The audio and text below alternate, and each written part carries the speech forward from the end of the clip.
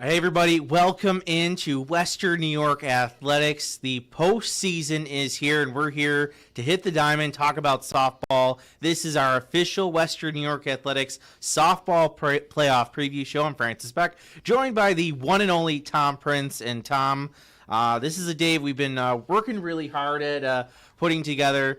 So we're just to give you a little talk about what we're doing. We're going to be going over the brackets and you'll be hearing from 23 players who are leading their teams into the postseason this year. And Tom, we have a group of 23 fantastic players. Boy, I can't wait. There's some fantastic interviews. Softball, it's your time. Come on. This is what you've been asking for. All eyes are on you right now. It's your day. You can't ask for anything more than this.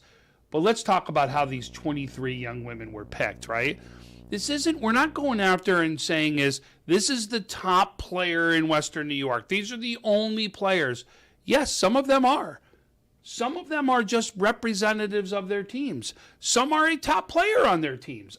We could go up and down. And guess what? Some teams, I could have asked 5 young women to be out here.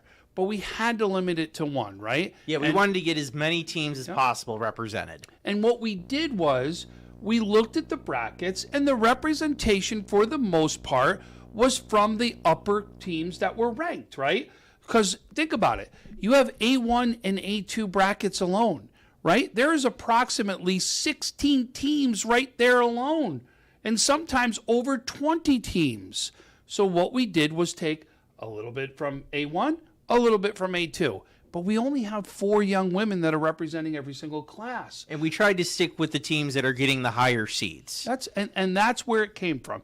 Please, if you're not here, that does not mean we do not think you are a top young softball player. That does not mean that we think someone is better than you are. This is just about who we decided to go with based upon rankings. That's it. There was nothing more to it. Please don't look into it any more than that. All right, Tom, before we get to those interviews, can we get a quick preview of, is there maybe one bracket you're a little bit more excited about than the others? Not to downplay any of the others, but... No, listen, there's a lot of brackets that are going to be good, right? This is going to be fun. We're going to go through this.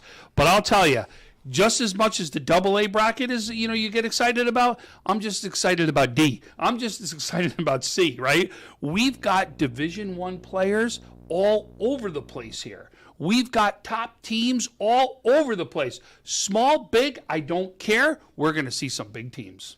All right, so we'll take a short break, but coming back, we're going to talk with four players from AA. We'll start with Ella Joel from Williamsville North, Amelia Mara from Niagara Falls, Ava Farina from Orchard Park, and Ella Zobel from Clarence. They are coming up right after this break. Sometimes it just isn't your day. We all need a little help from time to time. That's why we're committed to providing safe, quick, and cost-effective care. And we keep it simple. Just walk in. We're here for you. Learn more today. Do you insure a lot of businesses? Yes, we do. How about restaurants? We got a bunch. Do you cover property damage? Yes, we do. How about my equipment? Covered. How about sewer backup? We got it. What if my cook gets hurt? You're covered. Foodborne illnesses? Covered. What if my party tent goes down? Covered under property damage. And you say this is all under one policy? One policy. When do I pay? Once a month. Just one time? Just one. Is there anything you don't cover? What's your record for consecutive questions asked? 31. Tables. We don't do tables. Gotta love Buffalo. For all your insurance questions, call the Wolf at 835-WOLF.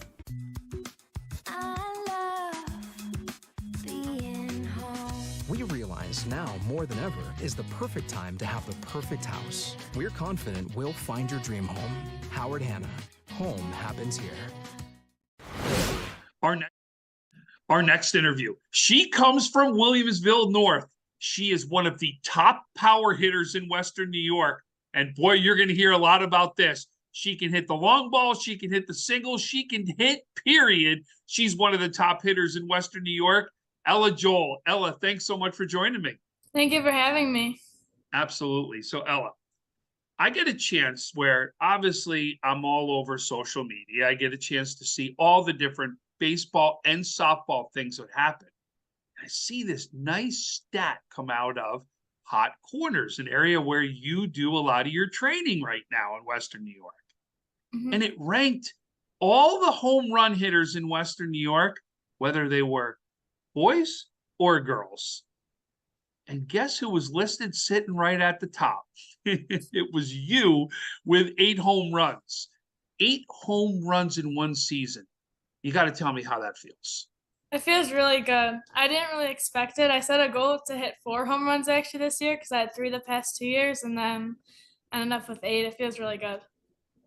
Oh, so, but people know, like, when you get into that streak, right? There's just something where you see the ball real well. Mhm. What's happening that's so positive that's making that happen? I don't know. I've been swinging every day, whether it's at practice with my team or with my hitting coach Ron or with my dad at home. And then I just tell myself, like, see the ball in, and I think hit to opposite field and then hit line drives. Oh boy, that sounds like textbook right there, especially the opposite field, right? Yeah. Everyone says it, but do they actually do it? How many of your home runs have gone oppo? Maybe about like half. Well, that really is good. So I'm going to give you a what was the better? You got 8 home runs on the season. Last year, you do something that very rarely happens. You hit for the cycle, right? Yeah. What's the most memorable moment? I don't know. I feel like both because last year, like when I hit the cycle, I did it in back-to-back games, and I didn't really expect it either time. It just kind of happened. And then this year, like I broke the school record for home runs, which is also pretty cool too. That's incredible.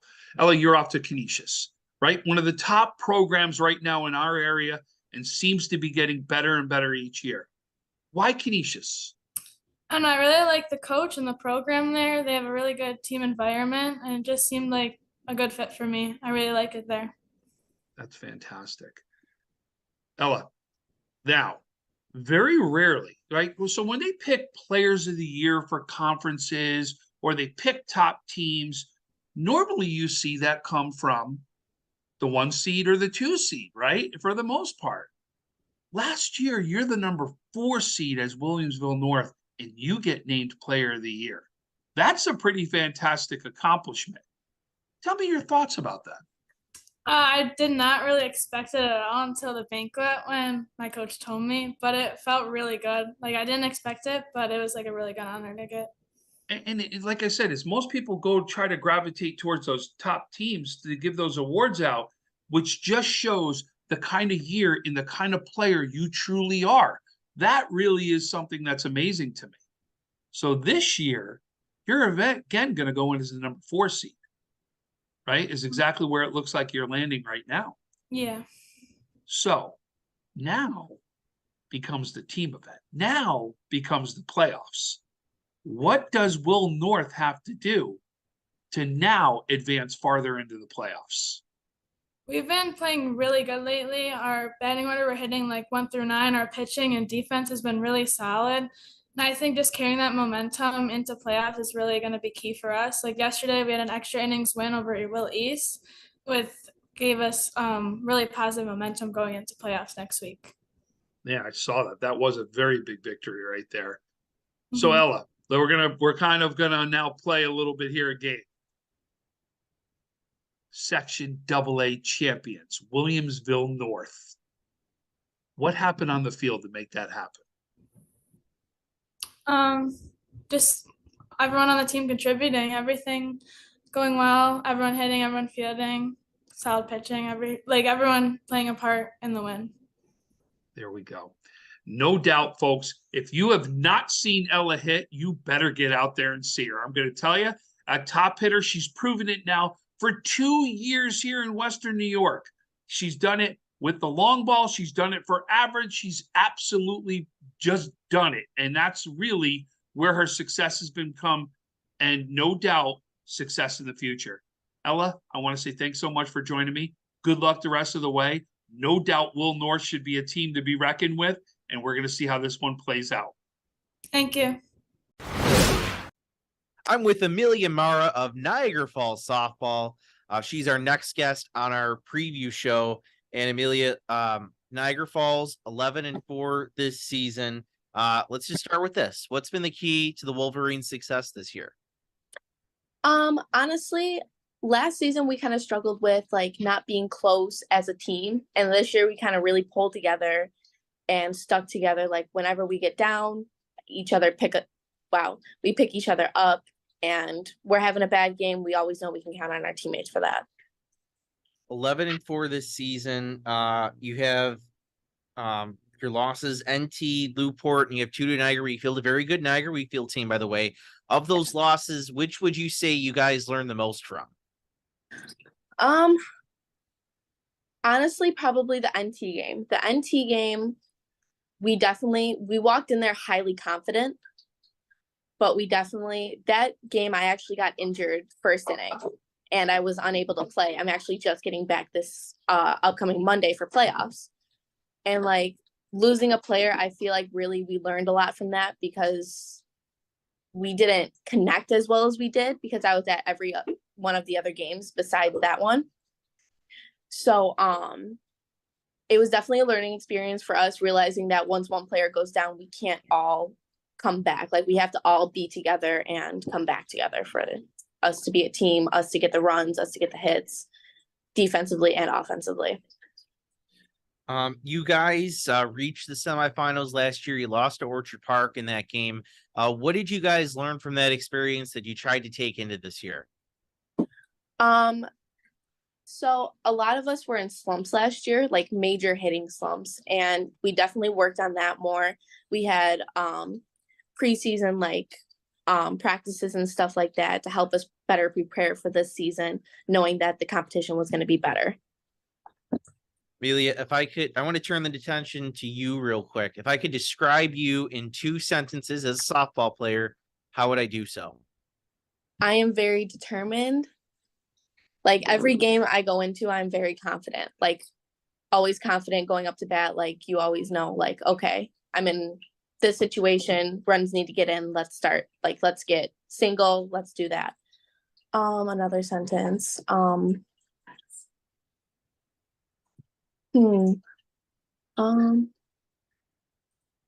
right, let me ask this question. What aspect of your game are you most proud of? Honestly, my batting. I have a total of 5 home runs this year, and I have been really good. I have over a 400 batting average, and coming up from last season, I was in a really bad slump, as the whole team kind of was. So coming back from last season and learning this season, like we know the competition, we know what's going to be up, we know most of the pitchers. I knew that, and like getting better as the season went on, I felt very confident in myself. You're a veteran player on this team. You know that the competition you sometimes face in the NFL is different than what you'll see now in sectionals, the Orchard Parks, the Lancasters, the Clarence. What is it going to take for you guys to get beyond the semifinals this year and really have a shot at winning a Class AA title? Definitely sticking together again. Like, how do I describe this? Like, again, us as a team, like we've definitely bonded more. And I think definitely that's been helping us because we always know how to pick each other up, like I keep saying. But our defense is really good right now. So I'm pretty confident that we can make it pretty far. All right. Well, Amelia, we want to thank you for coming on. We wish you guys good luck in sectionals. Thank you. I'm going to introduce our next interview as she comes from Orchard Park. She's the new star here in Western New York. She's been the big pitcher on the mound, leading Orchard Park to a 16-1 record. Ava Farina. Ava, congratulations so far on a great season. Thank you for joining us today. Thank you. Thank you for having me here. Anytime. So listen, Ava, let's start really last year. So last year, you got the opportunity to pitch in some games, but really learn from a pitcher who is now pitching at the Division I level. Talk about what you learned last year to help you as a pitcher this year. Maddie, she was amazing. She was great to have by my side every time when we would play. Like we always helped each other out. And I just really learned a lot about the mentality going into the games and being prepared no matter what. So you now got the opportunity. It's your time, right? It's your time out there and think, what now have you done well this season that's helped this success for Orchard Park? I think the girls have just played amazing defense behind me. I mean, like they always have my back no matter what, and I think that's played a really good part. Wow. Ava, last year, you've got the opportunity to not only learn from Addie that you talked about, but you had a great core of young women that were actually helping her. Talk about what you learned last year that has really been a big key to your success this year.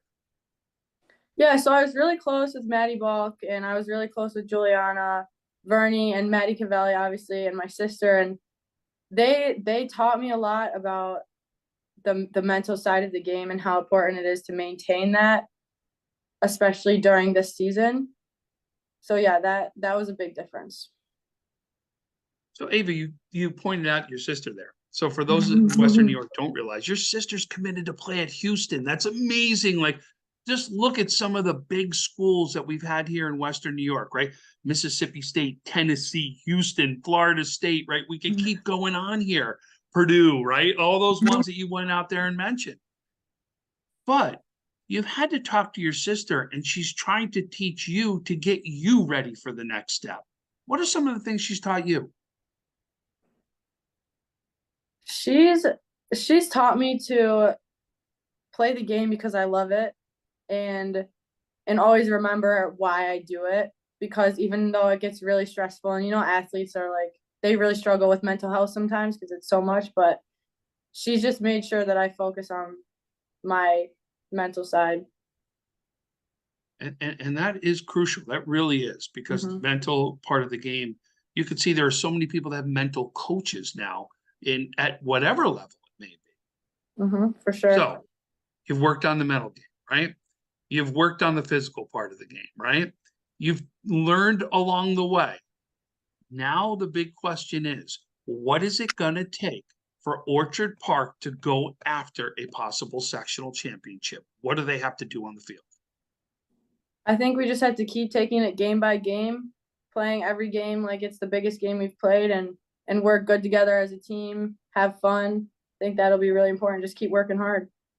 Well, listen, fantastic season so far. No doubt you've made your mark here early on in Western New York. No doubt all eyes are on Orchard Park.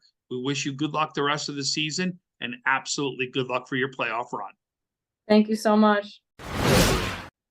I'm with Ella Zobel of the Clarence Red Devils. They are right now the 2 seed in the Class AA division, 9-6 on this year in that very tough ECIC1 division. So Ella, let's start with this. What is the reason for Clarence's success this year?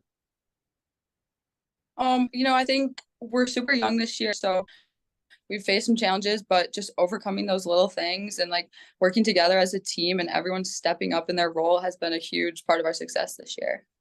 Ella, I'm going to turn the attention on you for a second. If I were to describe Ella Zobel as a softball player in 1 to 2 sentences, how would I do it? Working, and I'm always a leader. I really like having such a young team this year because it gives me a chance to step up as a leader and work with these younger girls, and it's just been a really fun year. If there was one aspect of your game that you're most proud of, what would it be? I think this year I really stepped up pitching. I worked to develop some pitches, and I'm really proud of how I've done this year. All right, so let's go back to last year a little bit. A tough loss in the semifinals to Lancaster. Let's start with this. What did you learn from that game that you tried to take into this season?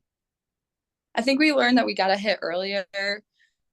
We struggled, and that has to be spot on. Like, there's no room for mistakes. We just have to really focus up and play the best we can. All right. You did sweep them this year. Walk me through those 2 games. Why did it go differently this year? What are you hoping for if you guys meet again in the playoffs? We told all the younger girls this, like, we'd like to sweep them this year, get back for last year's semi, and we did that, and everyone just stepped up. Coach Banizak worked us hard at practice. We knew exactly what we had to do, hit early in the count, make sure our defense was perfect, pitching was on. It just all came together in those 2 games. And finally, the big question, what is it going to take for this Clarence team to win a sectional title? Hitting, it's been a big thing this year. We work really hard at practice, making sure we're getting those reps in, and everyone's just been working super hard, and we have to make sure we're staying focused, and we can't focus too much on the end goal right now. We have to go one game at a time, but we're in good shape going into playoffs, and I'm super excited to see what happens. All right, well, Ella, thank you so much for joining us, and we wish you good luck in the playoffs. Thank you. Welcome back on the 2023 softball playoff preview show. And Tom, those were some fantastic interviews we just had. But let's just take a moment. Let's look at that AA bracket. AA, only 6 teams in the mix.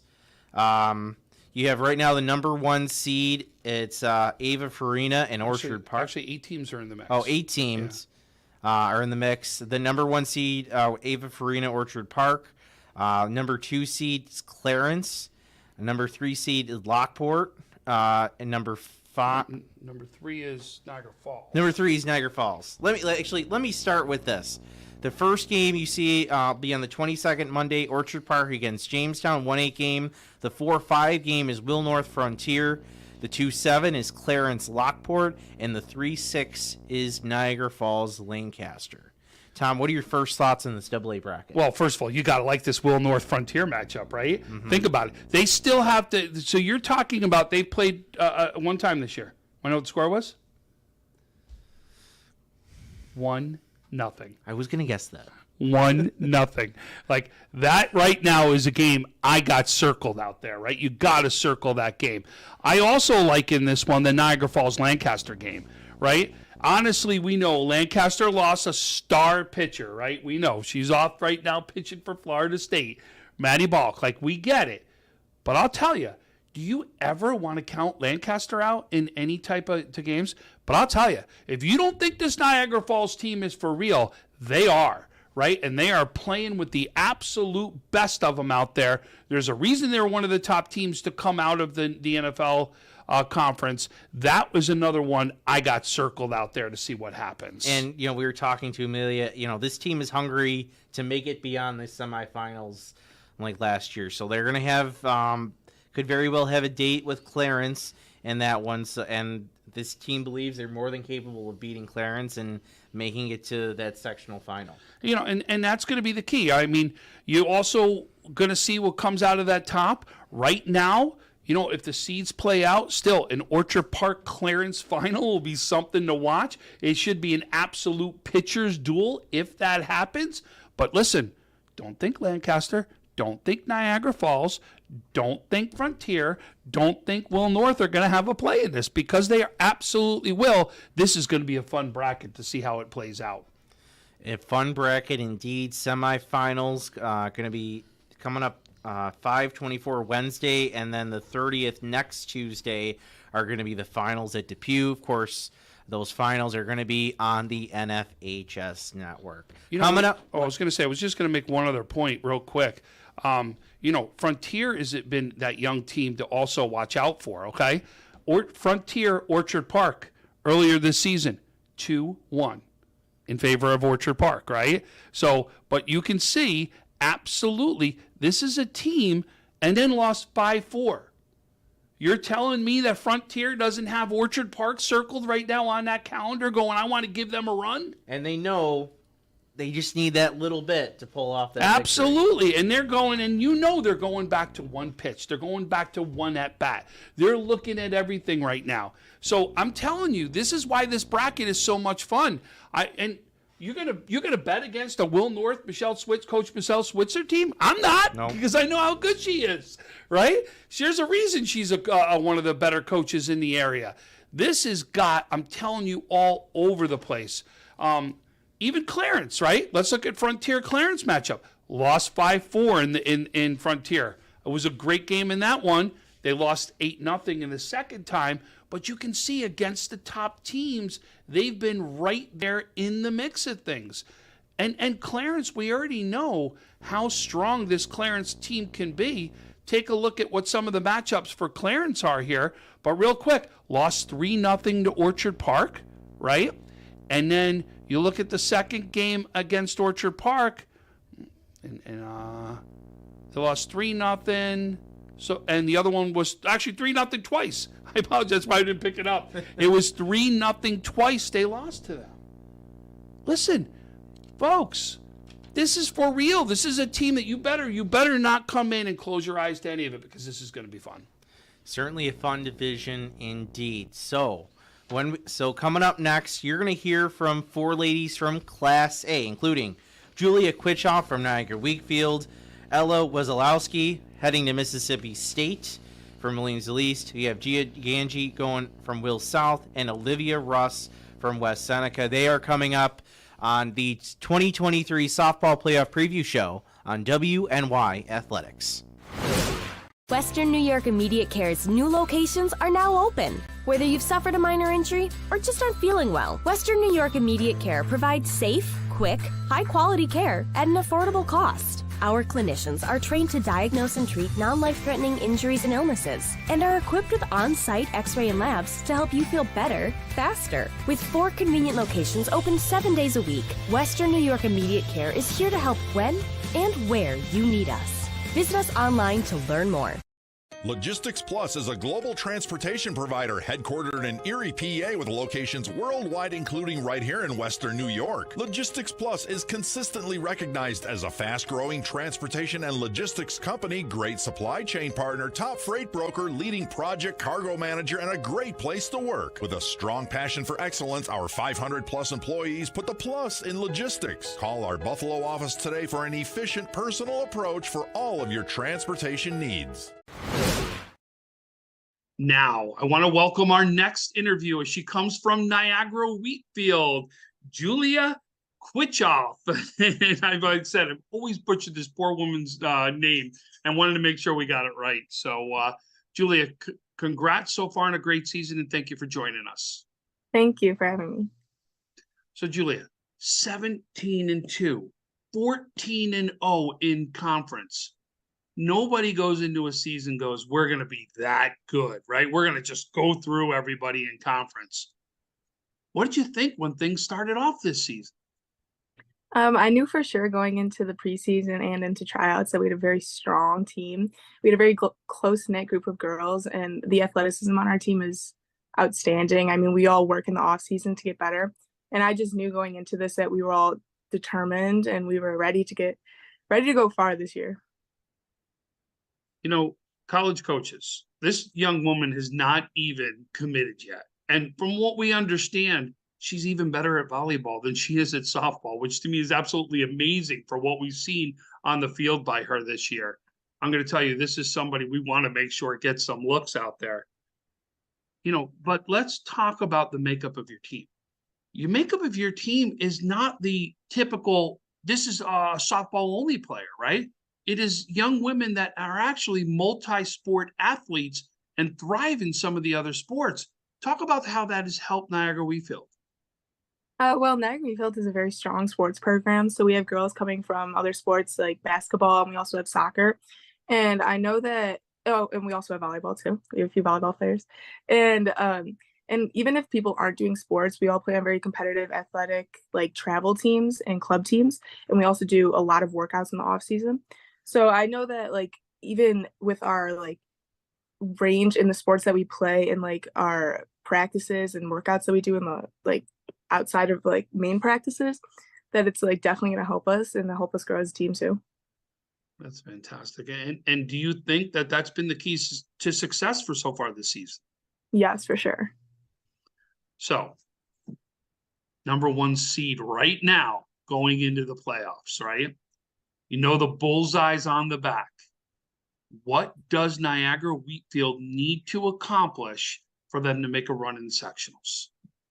I think right now we're on a really good track. I mean, we're a very humble and confident team. We also aren't very showboaty. So we know that people are out to come and, like, win against us, but we know that we have everything we need. We have the hitting, we have the fielding, we have amazing pitchers, and we have a great catcher that's so dominant behind the plate.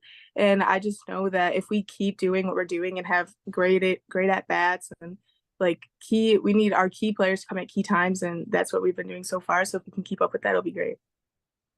So Niagara Wheatfield right now has you as a top pitcher on the Niagara Wheatfield team. And over on the other side, on the boys' side, there's a top pitcher right now that's floating over there on the boys' side too. You may know him because he's probably in a couple rooms right over, right near you. So I had to ask, who's the better pitcher in the family? I would say me.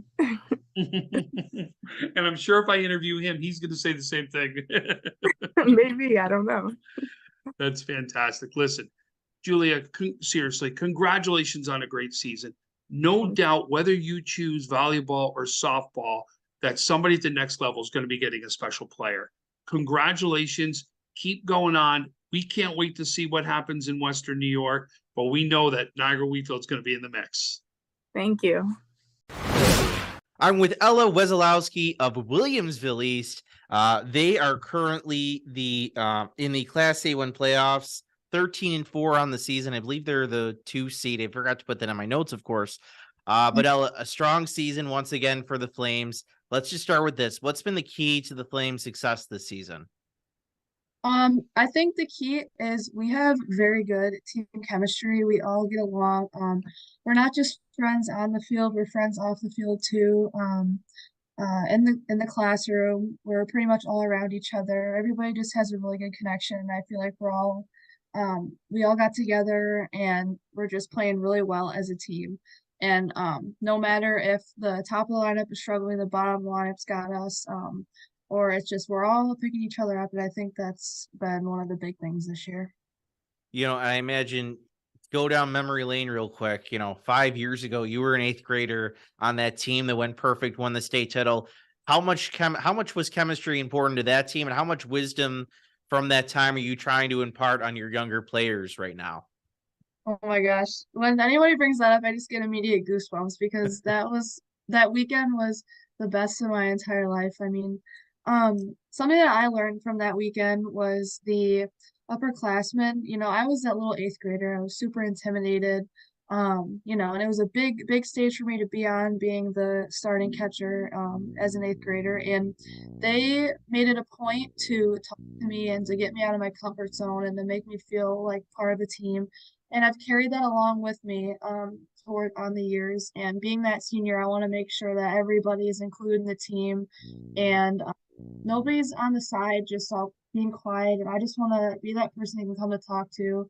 And I think just that leadership role, I've carried along as I got older. Ella, I can see you. You're very smart because you angled your camera correctly so we can catch that Mississippi State flag in the background. That's will be playing softball next spring. Has it? I know you signed back in the fall. Has it kind of started to settle in that you'll be going to Mississippi State? How is that? How far ahead are you thinking in terms of your softball career?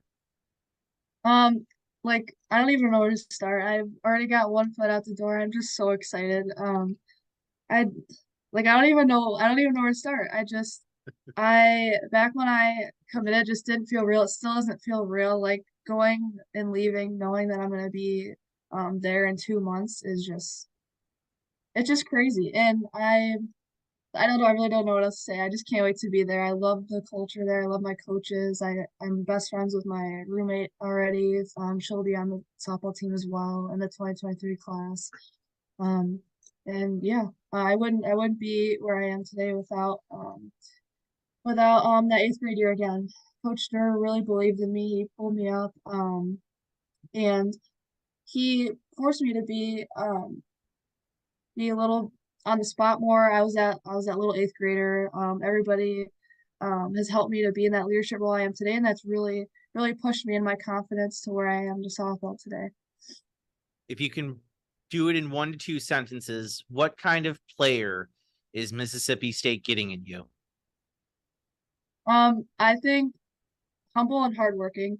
I always, no matter what, I always try just to, no matter the work that I'm putting in doesn't have to be displayed, and I feel like I put so much hard work in no matter when anybody's watching. So I just feel like hard work and humble was just the best way to describe myself.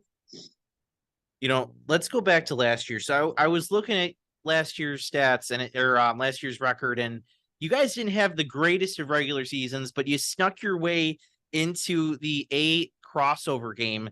Kind of walk me through that. What kind of turned around? Were you expecting that kind of turnaround in the playoffs? So to be honest, I think that we had it all season.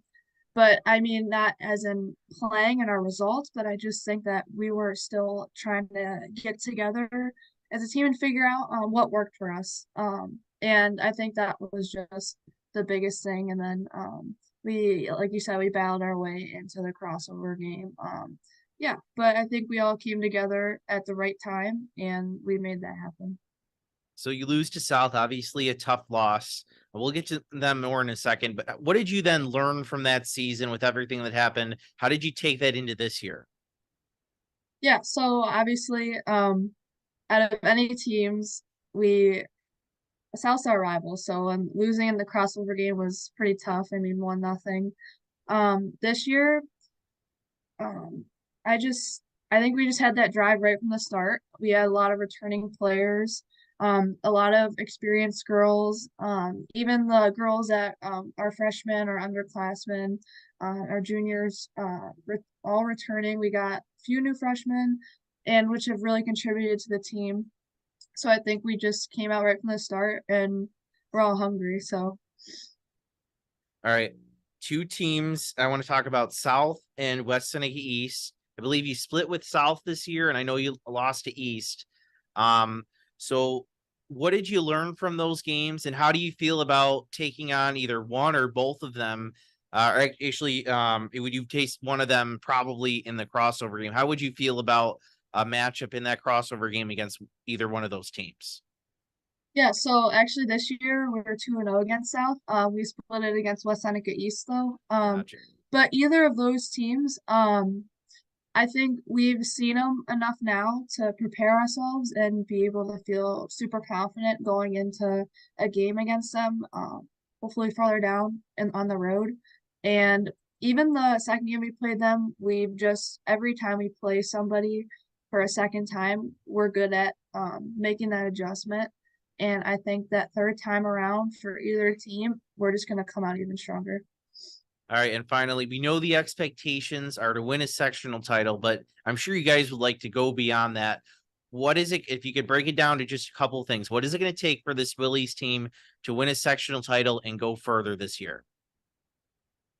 I think same thing that we've been doing. We've had a lot of success in what we've been doing, just working hard in practice. Hopefully getting together a little bit too, just to keep that bond strong. And yeah, just stay hard working, do all of our work outside of practice and in practice. All right. Well, Ella, thank you so much for joining us. And we wish you luck and Willys luck in the sectionals. We also wish you luck as you head on to Mississippi State. We're proud of you, and all of us at Western New York are proud of you, and we hope you represent us well. Thank you so much for your time. I appreciate it. I now want to introduce from Williamsville South, Gia Gangi. Gia, thank you so much for joining us for our softball playoff preview show. Thank you so much for having me today. Absolutely. So Gia, let's start off. You hit 300 strikeouts at the milestone. You hit it. Not too many young women could say they hit that. Talk about what that means to you. Oh, well, thank you. Yeah, I'm very excited to have hit that milestone. So it was after our game against Niagara Wheatfield the other weekend, and Coach Murphy came up and told us that I had surpassed 300 strikeouts during the game. And I was honestly shocked because I had no idea I was close to hitting that mark. I think I'm very focused on in the moment, in the game. So to, be counting all of my strikeouts like throughout the past 3 seasons and really like look back on all that I've, accomplished over the past 3 years, that was really exciting. And I'm just glad I got to experience that moment with my teammates in my senior year. So is there one that may stand out to you? One strikeout. Oh, Honestly, no. They all blend together. Yeah. And fair enough, I could completely understand that. Yeah. So now, Will South is 10-6 right now in the season, 8-4 in conference. Talk about what Will South has done really well this year that's going to help them down the road, especially in the playoffs. Yeah, so this year we have kind of a younger team. We did lose 5 seniors last year, and I think all of them started on the field. So getting back, getting our new younger girls in there, they've been doing a really great job defensively. We have, I think most of our infield are sophomores right now. So they've just been doing a great job. They've been working really hard, and it's been great to see, like, as our seniors, as our captains, and like everyone leading the younger girls and just, having that togetherness that has really helped us. I think that's what's made us stronger on the field. So that's been great. Do you feel like it's been gradual this season? Maybe start out a little bit slow because they're getting more acclimated? Yeah, definitely, for sure. Whenever we started tryouts, we had definitely a little work to do, but they've all been working super hard. Great group of girls that we have. And I think as the season has gone on, we've really seen the defense grow much stronger, which has been really great to see.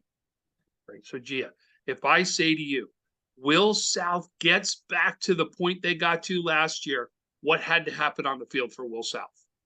Yeah, there's definitely some pressure on us. We did pretty well last season. So I'd love to see us go far again.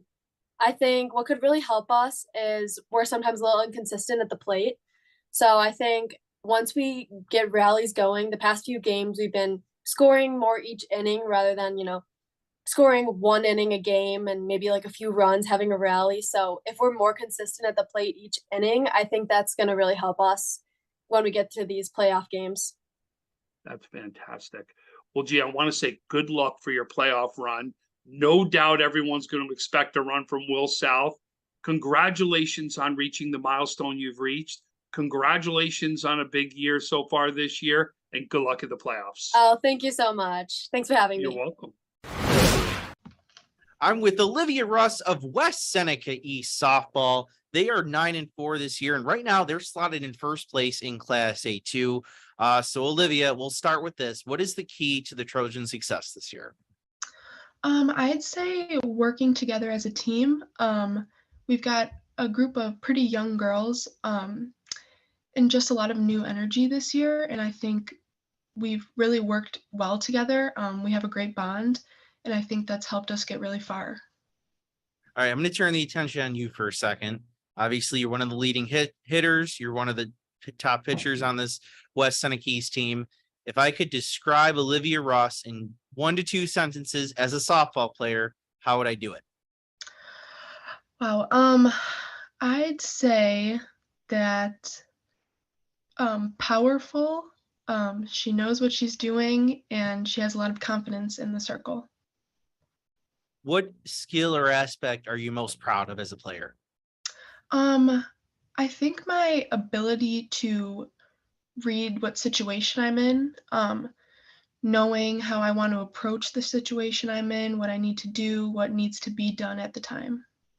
Can you give me an example of one place where you think you really were able to really read a situation well and it turned into it helped you out?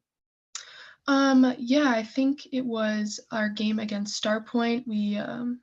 It was a 0-0 game. We had a runner on third base.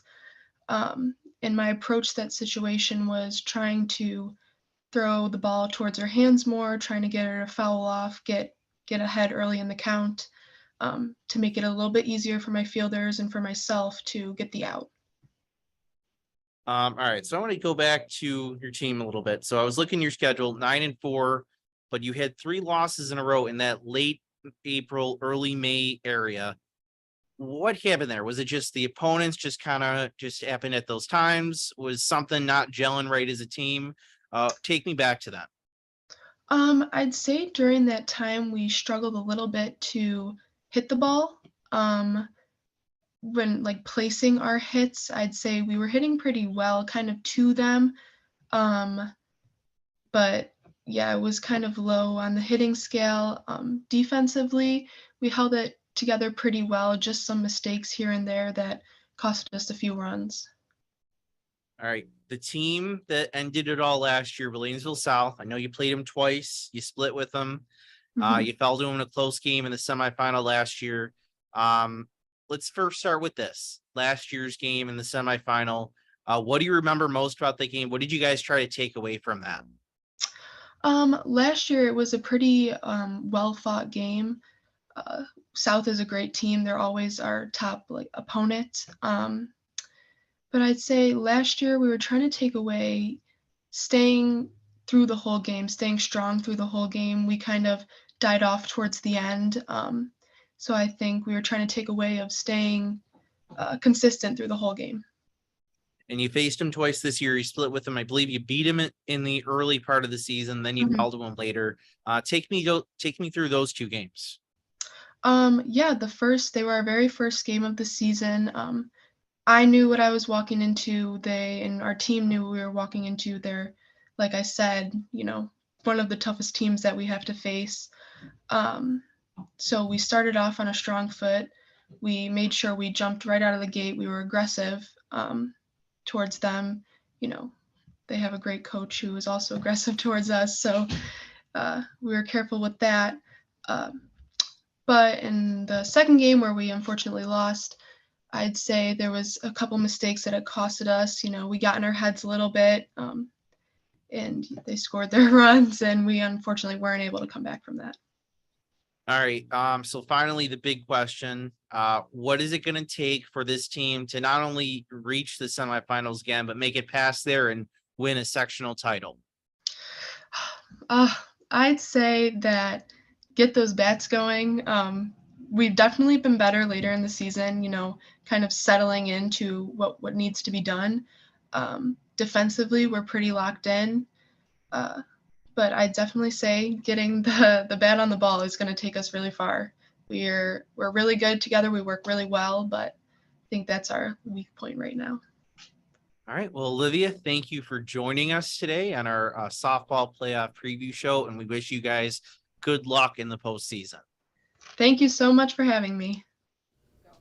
Welcome back to the 2023 softball playoff preview show. Tom, those were some fantastic interviews. I think people saw probably the clip we put out there on Twitter this morning, and then we had a feature interview with her, feature story on her, Ella Wesolowski. Just a very mature young woman. You got to read that story. We just put it up on our website this afternoon, feature on her going off to Mississippi State. And I just know she's going to make all of us proud here at Western New York Athletics, and really all of Western New York. Listen, she's something to watch. When you talk about a catcher, you're talking about their release point. From the time they actually catch the ball and release it to second base, she's one of the best in the country. Never mind the best in the area, one of the best in the country. I can't believe the amount of, catchers that we could talk about here in Western New York that we're going to go up down and talk about is something special. But Ella, I've seen you. I know your pop-up times. I know what you can get down to your throw down to second base. You are something to watch. And in that same one, right, we got Olivia Ross over at Westside East. She's also going to be a Division I player as she's off to the University of Buffalo here locally. Just unbelievable what we've seen at the Division I players that were produced. But we got some big-time players here. All right, so let's take a look at that A1 bracket. Number 1 seed, Niagara Wheatfield, gets the bye in the semifinals. They'll take on the winner of Kenmore West and West Seneca West. The 2-7 game will be Williamsville East and Sweet Home.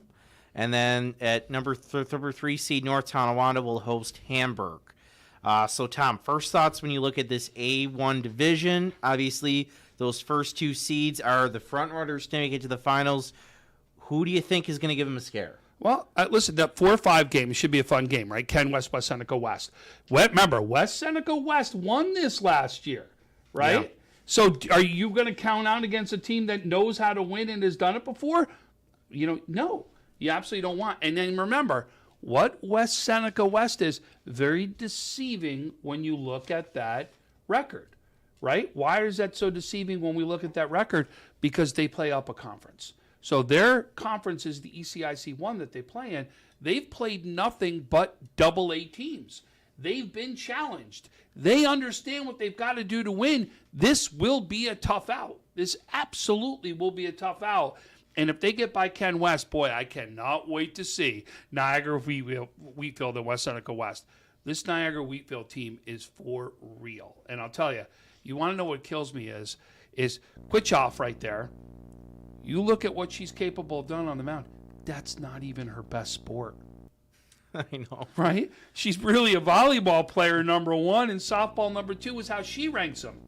Even though she'll rank herself number one over her brother on pitching. But listen, no doubt that could really be something to watch. And then Will East, listen, this is a team that knows how to win, right?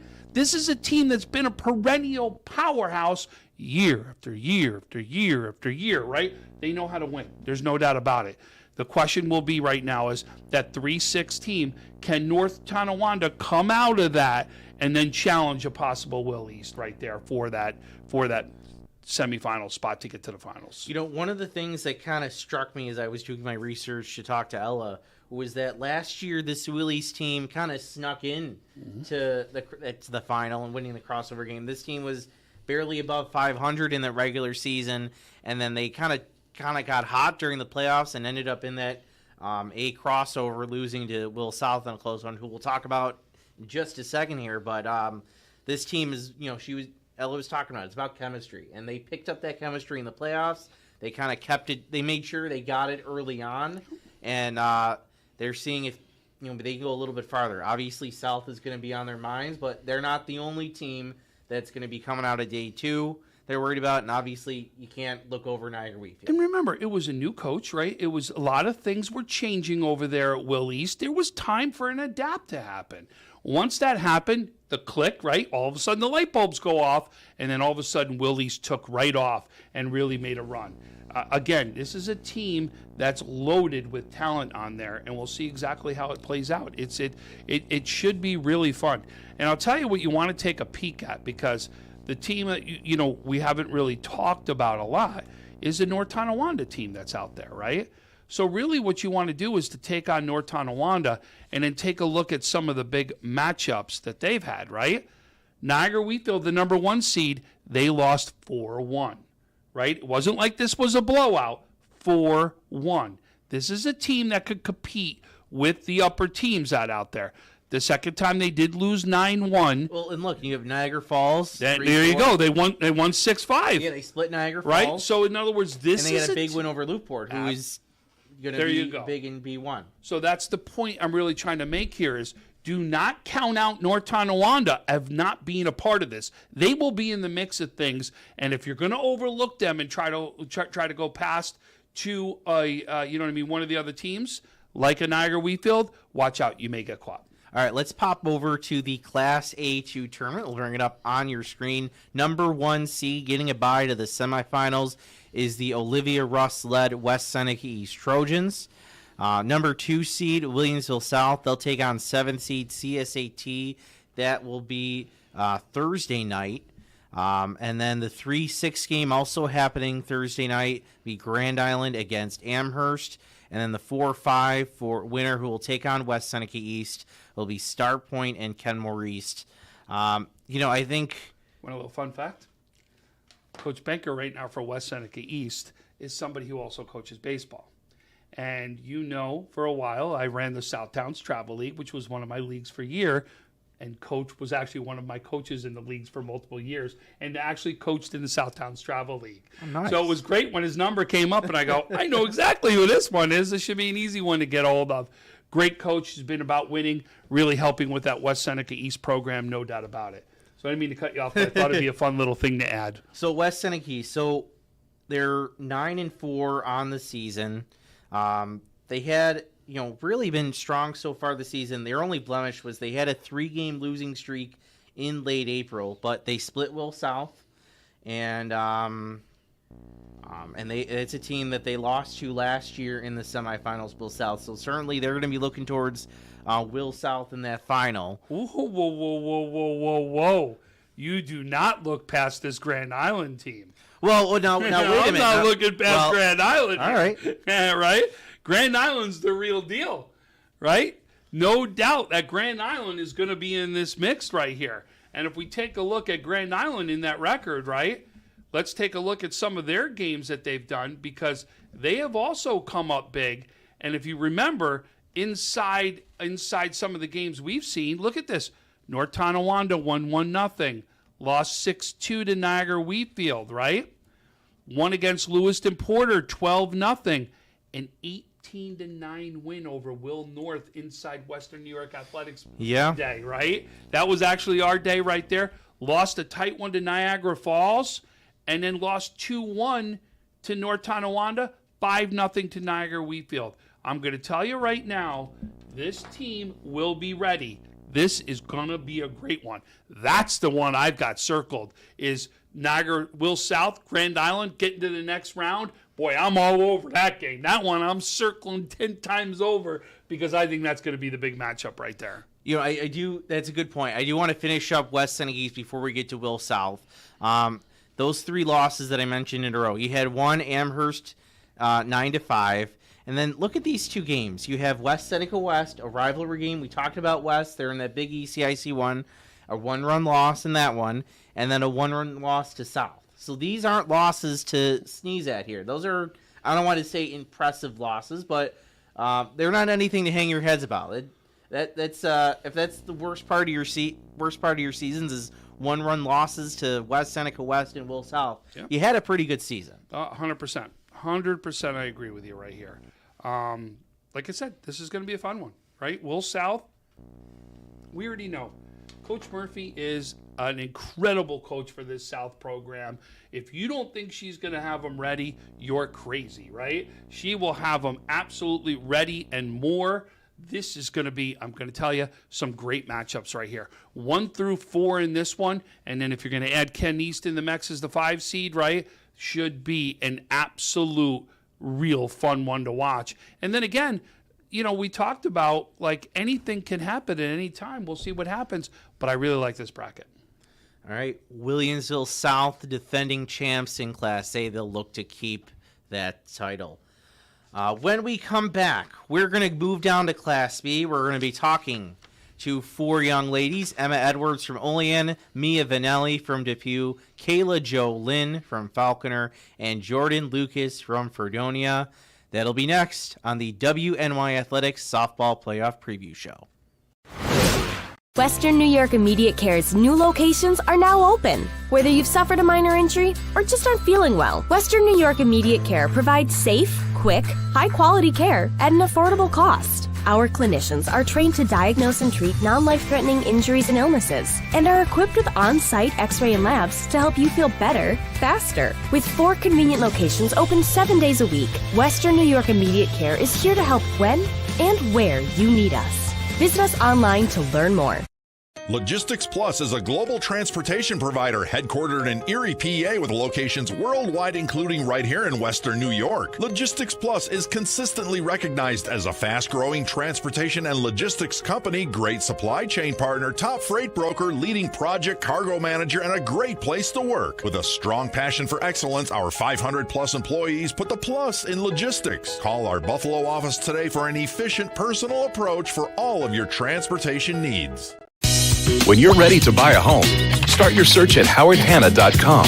You'll be the first to see new listings, find similar properties, and connect with a local Howard Hanna agent.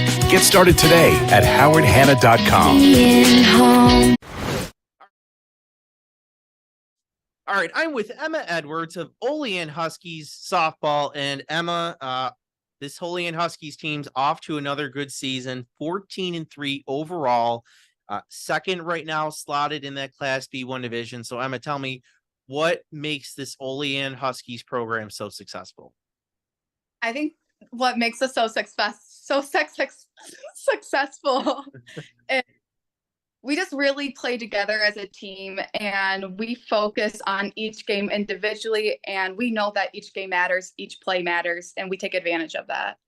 All right, for a second, I want to turn the focus to you. Looking at your stats, you're the starting pitcher, 138 strikeouts, 590 average on the when you're up to bat. Tell me, what's been the key to your individual success? So I really just work hard during the off season, and it's all of a mental game, honestly, because if you're not up to the plate confident, then you're probably not going to hit the ball, and you just really have to be up there ready. And I take an approach differently this year. I watch the pitchers warm up, and I'm just ready to drive into the ball. And on the mound, I don't really consider myself a pitcher because it's not my main position, but I know that I have to help out my team, and I just throw what I can throw.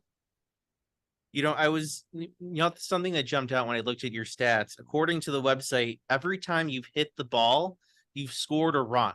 What does that say about your teammates and especially the girls behind you in the lineup that they're able to get you home every time you get on base? The girls behind me really do their job. They just know to make contact with the ball and swing at good pitches. They don't go up there just ready to hit. Like, they're ready to hit, but only at the pitches that they know they can hit. And I think that's what's most important, is that we're disciplined when we're swinging and just to put the ball in play, make the other team make the plays.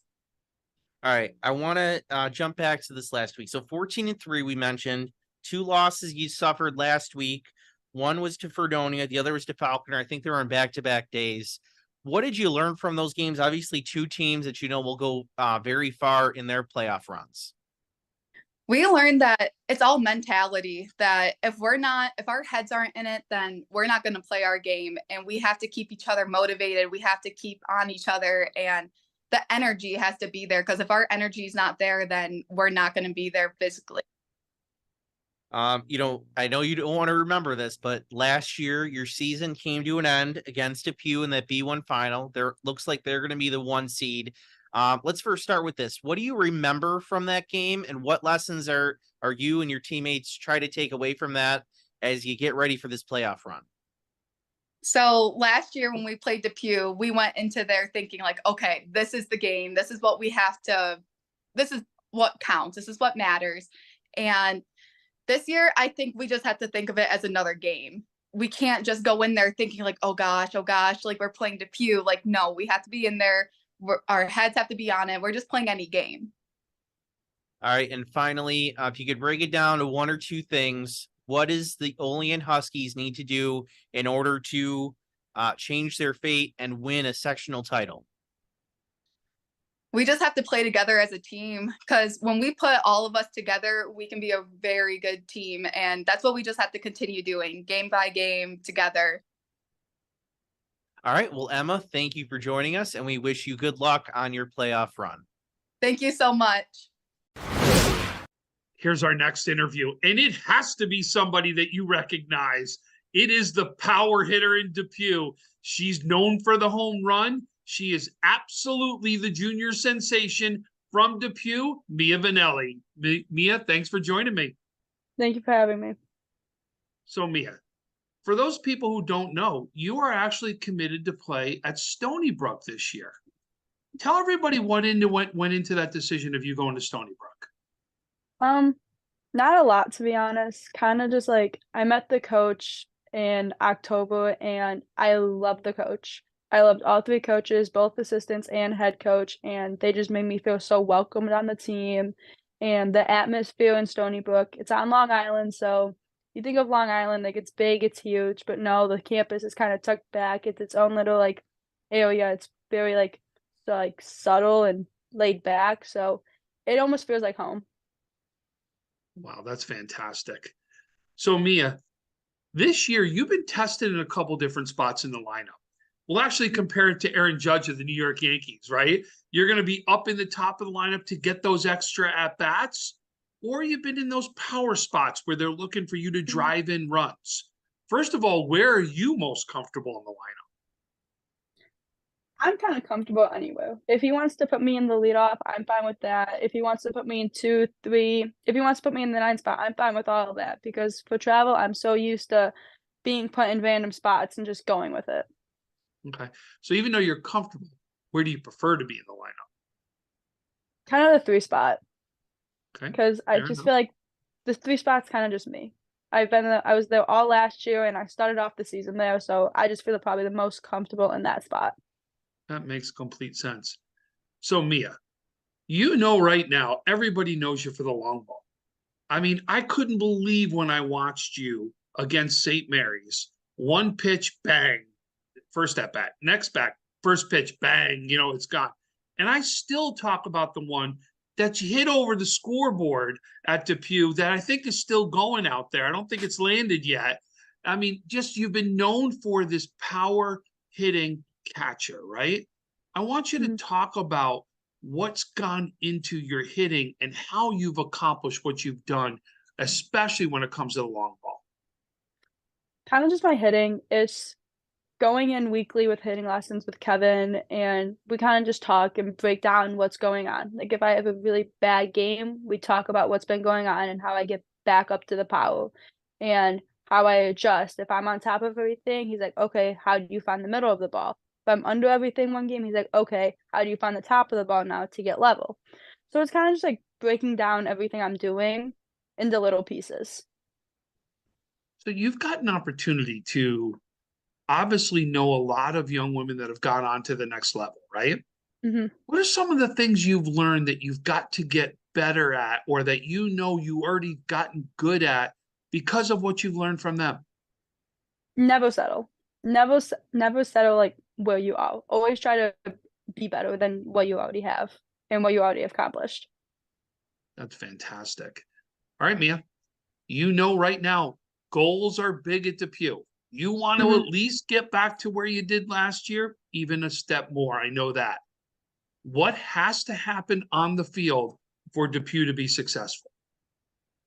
We have to be all around on us, like on spot.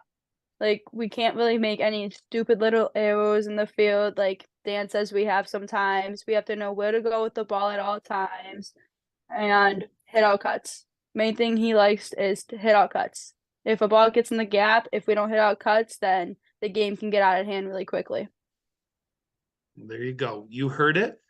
Mia Vanelli. Mia, no doubt all of Western New York is going to be watching you.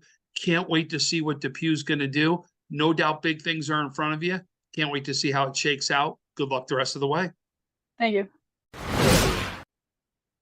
I'm with Kayla Jo Lynn of Falconer Softball. They are currently 11-5. They're the 3 seed in Class B2. Kayla, let's start with this. You won the Class C title last year, but you move up this year to B. Let's start with this. How did it feel as a team to make that move up? It felt good, but there is a little bit more competition from the teams that's in it.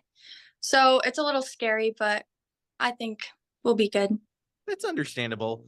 Before we get to some of your opponents, you guys have gone 11-5 this year. What's been the key to your success this season, at least during this regular season? Well, we struggled at the start, but then I think we kind of found our mojo, and we had a lot of new teammates come on because we lost a lot of seniors last year. So we finally got that team chemistry to click, and everyone was hitting through our lineup.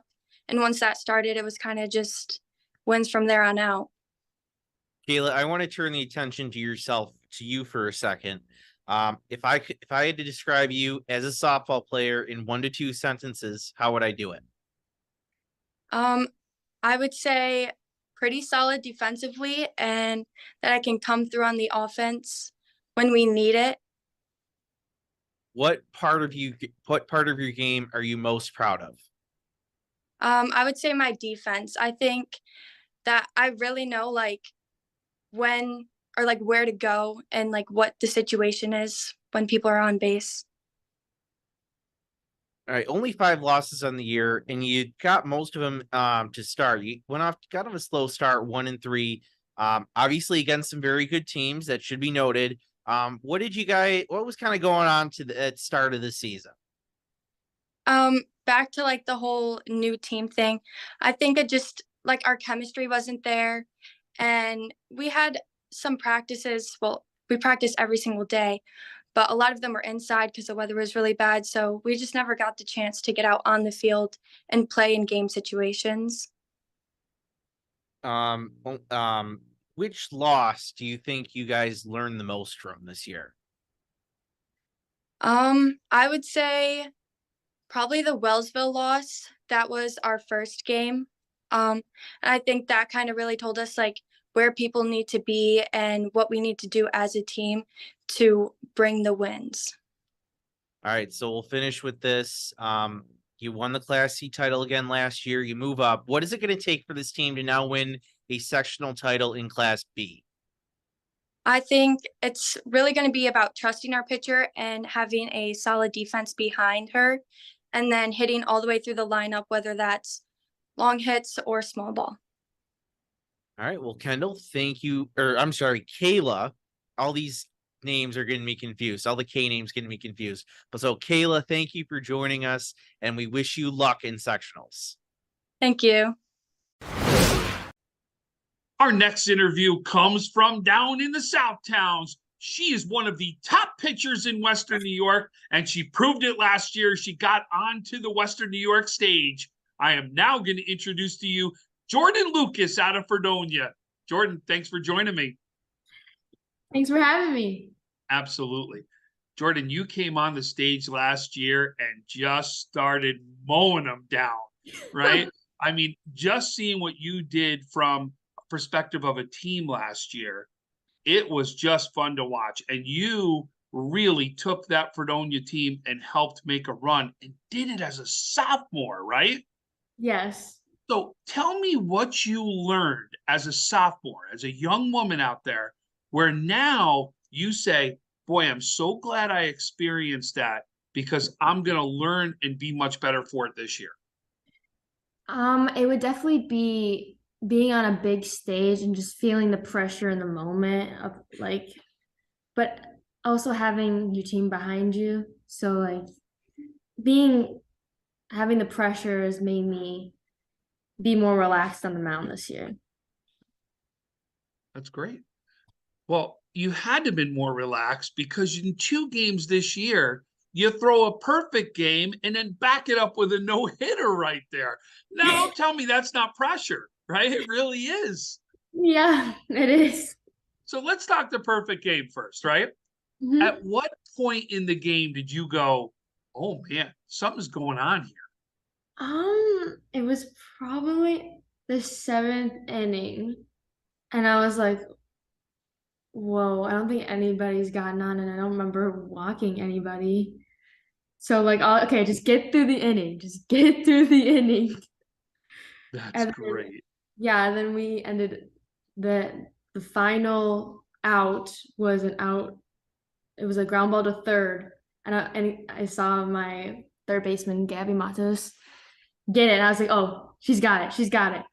Throws it over to first, and I'm like, yes. Okay. That's fantastic. So after you throw a perfect game, then you calm down, right? You experience it, you enjoy it, then you back it up with a no-hitter, right? So yeah. Were you much calmer in that game because you're like, hey, I got the perfect game done already? Well, not that I was more relaxed, more like I was on a mission. Like my last game with Dunkirk didn't go so hot. It was not one of my best games. So I really wanted to redeem myself.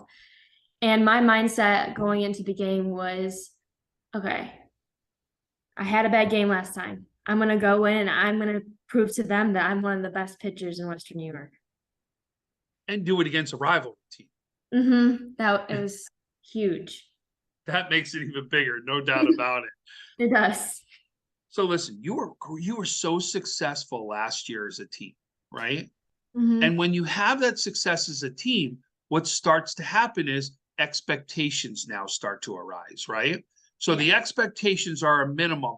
You want to get back to where you were last year. Yes. So Jordan, what has to happen on the field for you to make anything like that happen again? Communication and just putting 110% effort into everything.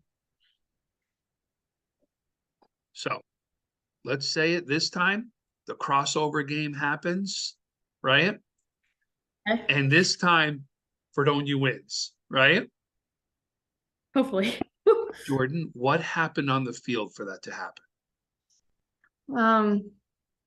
We need to just be in it 100% in and off the field and get our bats going early.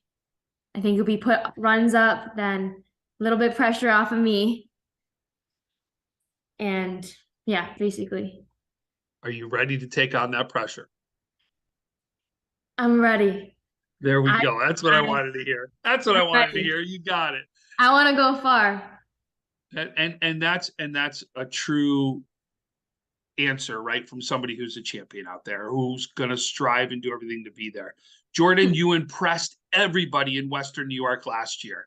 I remember going to see you out in the stage, and you can just tell something special was out there on the mound.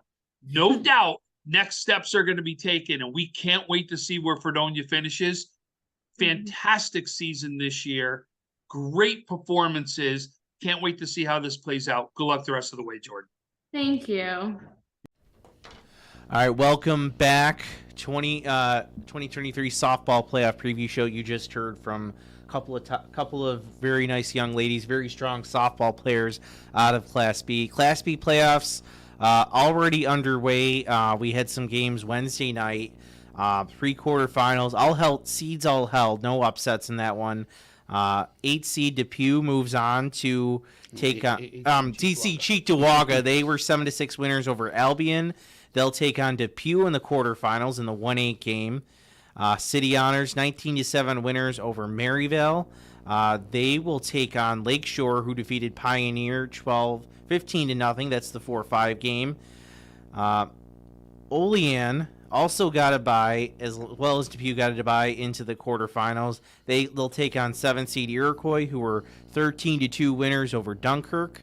And then Alden, the 3-seed, they were 7-5 winners over Newport. Alden will take on East Aurora, 6-seed, 14-2 winners over Tonawanda. So as you mentioned, seeds held in the pre-quarterfinals. We have 1 through 8 in these quarterfinals playing Thursday night. And we have some, I would say, you have some real talent here, especially at the top of Class B. This B1 we're starting with. We got them all over the place in this one, right? You can even go right down, and it is the top 6 is showing some talent right now. It really is. Like, let's take a look at, we can even right now take a look at some of the lower seeds, right? Let's take a look at right now, if we take a look at East Aurora, which is right now 6th in here, right? Let's point out one of their top players right now, Alyssa Kingston. 652 batting average. 652 batting average, right? She's got a 1.041 ERA and 154 strikeouts, and she's sitting in the number 6 seed right now. Is that a 6 seed you want to play? No. Right? There's no doubt that's not a 6 seed that you want to play out there, and is really could make things, could muddy the waters, right? They were 3rd inside their conference, but again, look at who they got to face now. They got to face a 17-1 Alden team right now, which you could see 17-1. Is that somebody you want to jump and face out there? We'll take a look at who that one loss is even at, right? But Alden right now, their only loss, only blemish comes against Eden. And Eden will be one of the top teams that we're going to be talking about inside the C division right there, right? And again, Eden has been a powerhouse here in Western New York.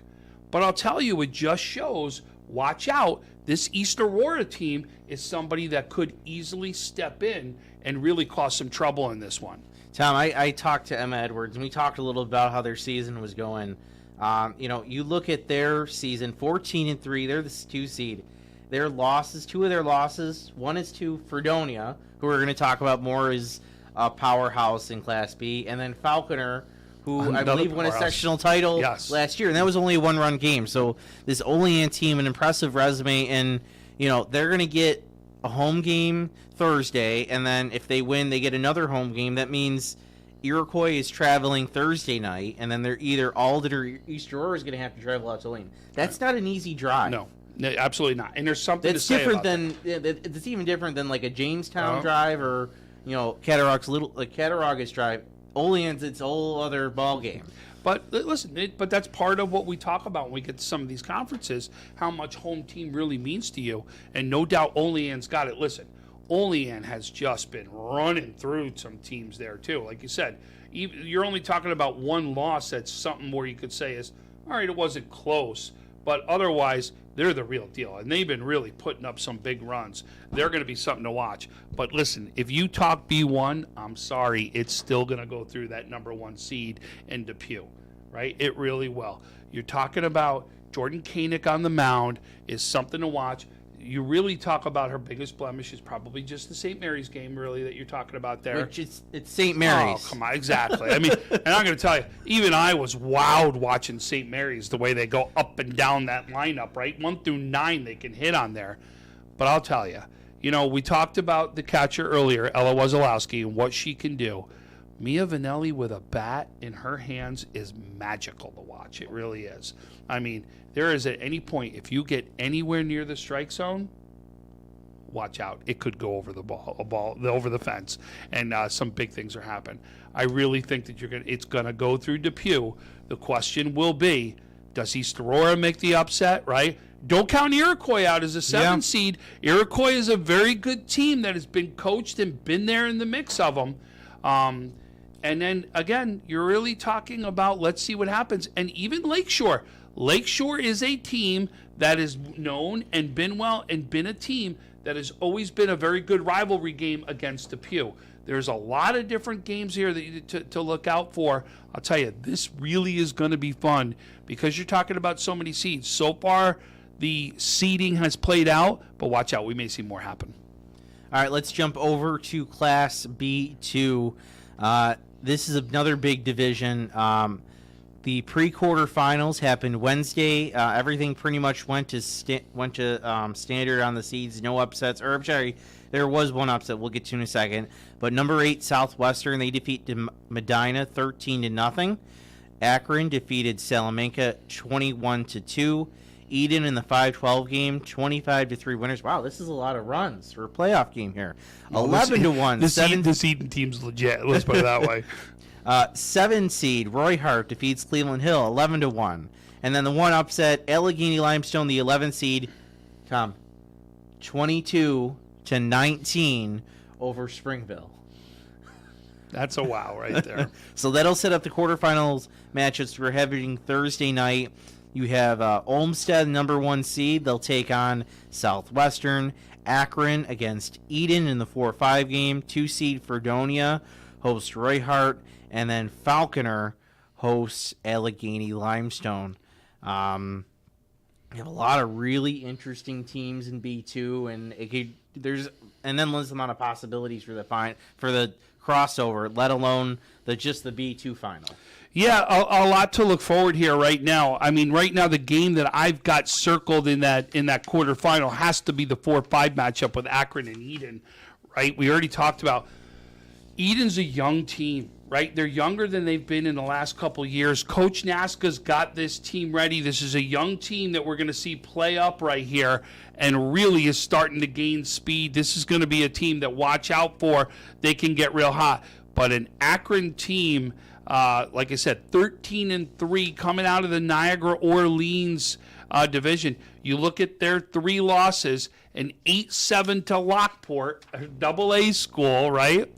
And then you've got a loss 12-8 to Alden, which we've already seen as a top team that's out there, right? And those right now are and lost 20-19 to Albion. Jeez. Yeah, another high-scoring game. I don't know what about these B2s, but but it's like the offense. But again, this Eden team is real, and I'll tell you is they really are fearless when it comes to their schedule when you talk about it, right? You look at their losses very early. Remember I told you a young team that was really going to get hot later on in the season, right? They did lose to Westfield 12-0 in the Western New York Athletics Day, right? Then took one more loss, 5-4 to JFK. Had a loss to Alden in their 8-7. Beat Tonawanda, beat Holland, beats Cleve Hill, beats Springville, and then beats Newfane. I'll tell you, a young team, a very good coach team. I like that matchup right there. That 4-5 should be a great one. Watch out for the Southwestern team. That's a tough 8 seed that you're going to have to play right there if you're Olmsted, right? It really could be something that you've got to watch out for. And then I love Fredonia as the number 2 seed. They come out of here last year. It's the first time we got a chance to learn about Jordan Lucas. man, you just saw this real tall young woman come out and take the mound, and she just was absolutely humming and mowing them down. She will be somebody to watch. They want to further what they did last year. She's going to be a tough one to beat out there. Watch out for that number 2 seed, Fredonia. And, the way the bracket sets up, you're going to have very likely it's going to be Fredonia Falconer in the semifinals. And you'll have possibly Eden against Frederick Olmsted or either Southwestern in that semi. So Eden maybe gets a little bit of a break. They don't have to go through either of those, but that's a Falconer Fredonia could. Falconer Westfield, 4-3. Right? Falconer Westfield, 4-3. And Westfield is a dang good team, right? They lost to Olean 8-0. They lost to Fredonia 11-2, right? Wins over Allegheny Limestone, Gowanda, Jamestown, lost 12-1 to Westfield.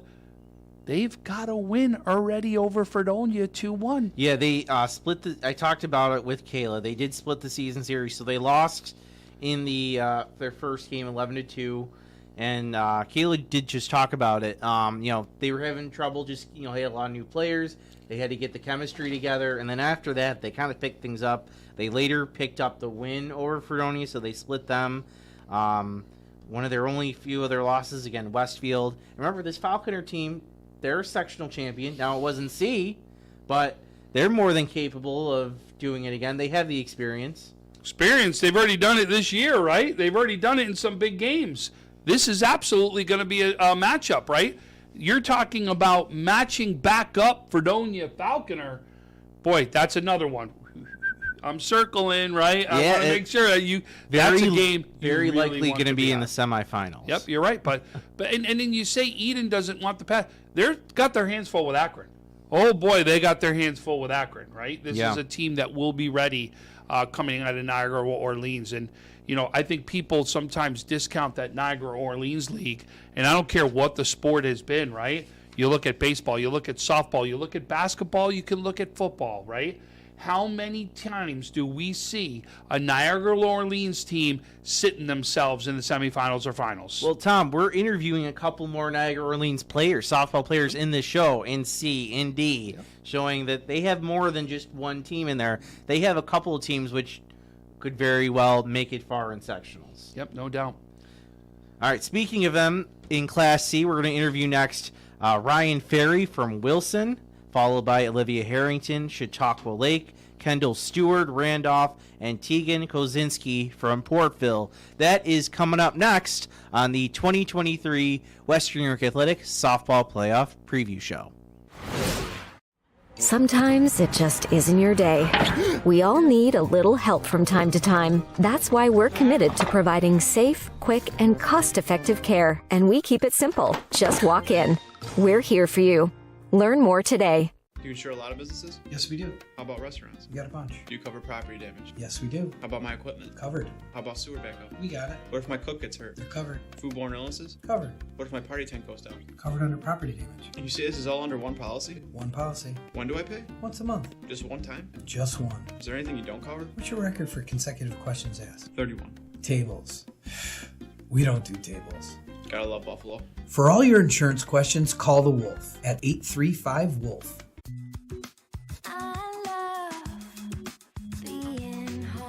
We realize now more than ever is the perfect time to have the perfect house. We're confident we'll find your dream home.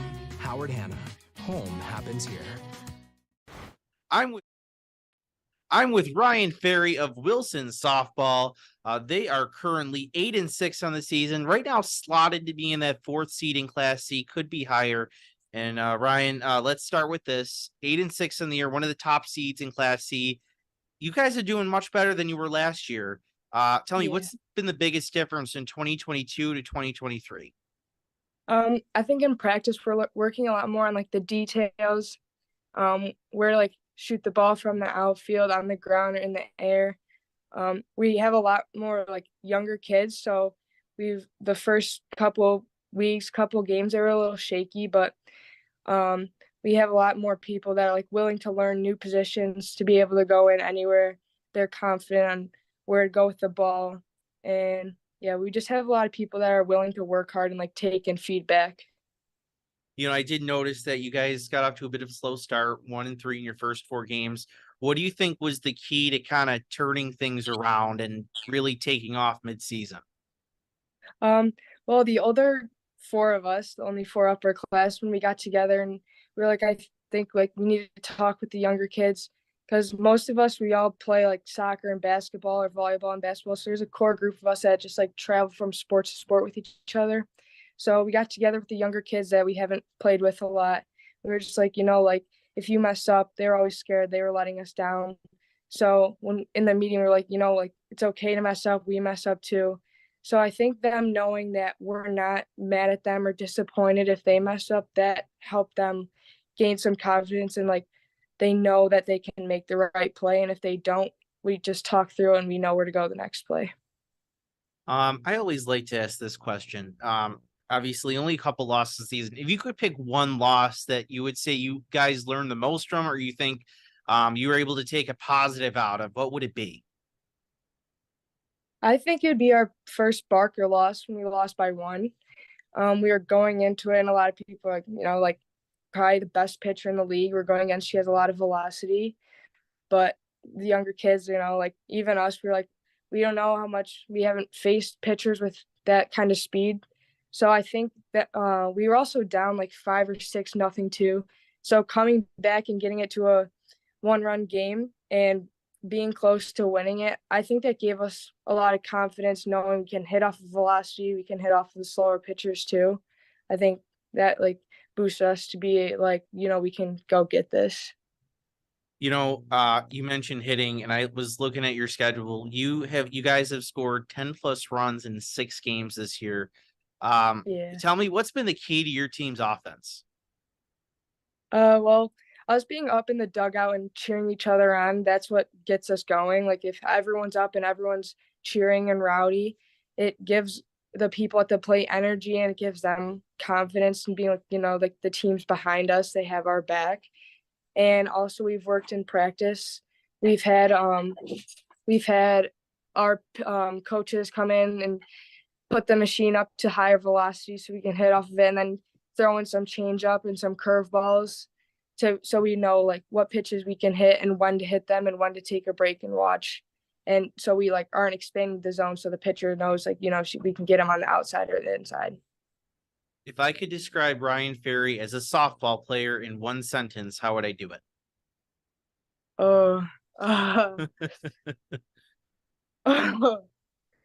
One sentence. I would say determined to be able to like be better than whoever hit or fielded the best on the other team. Like push myself to or feel that I'm the best player on the field. Is there one specific skill that you're particularly a little more proud of than the rest of them? Is it fielding, hitting, stealing bases? Probably hitting. Yeah. Hitting that outside pitch is probably one of the things I'm best at, and being able to drive it opposite field. All right. And then finally, the big question, what is it going to take for this Wilson team to win a sectional title? Well, we have to focus one game at a time. In other sports like soccer and basketball, we lost in the sectional finals. And I think what it came down to was us feeling like we're the team that has to travel the furthest because we're Class C and most of those teams are South. We have to be able to get that out of our heads. We can't control that.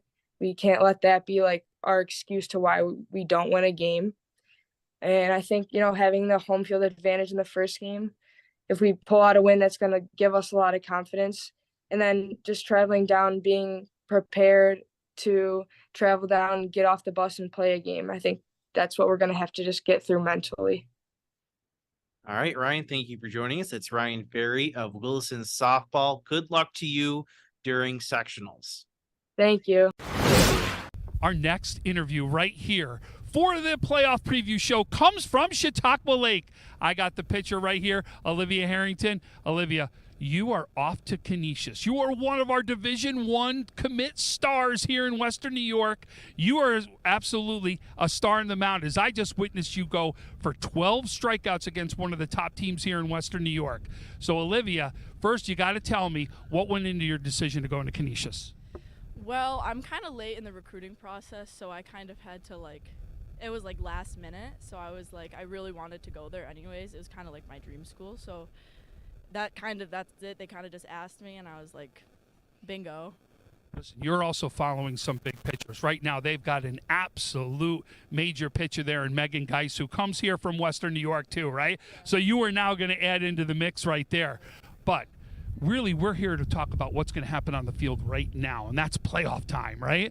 So if I was to say to you for the playoffs, coming in, Chautauqua Lake has had an incredible year. What has been the reason for your success this year?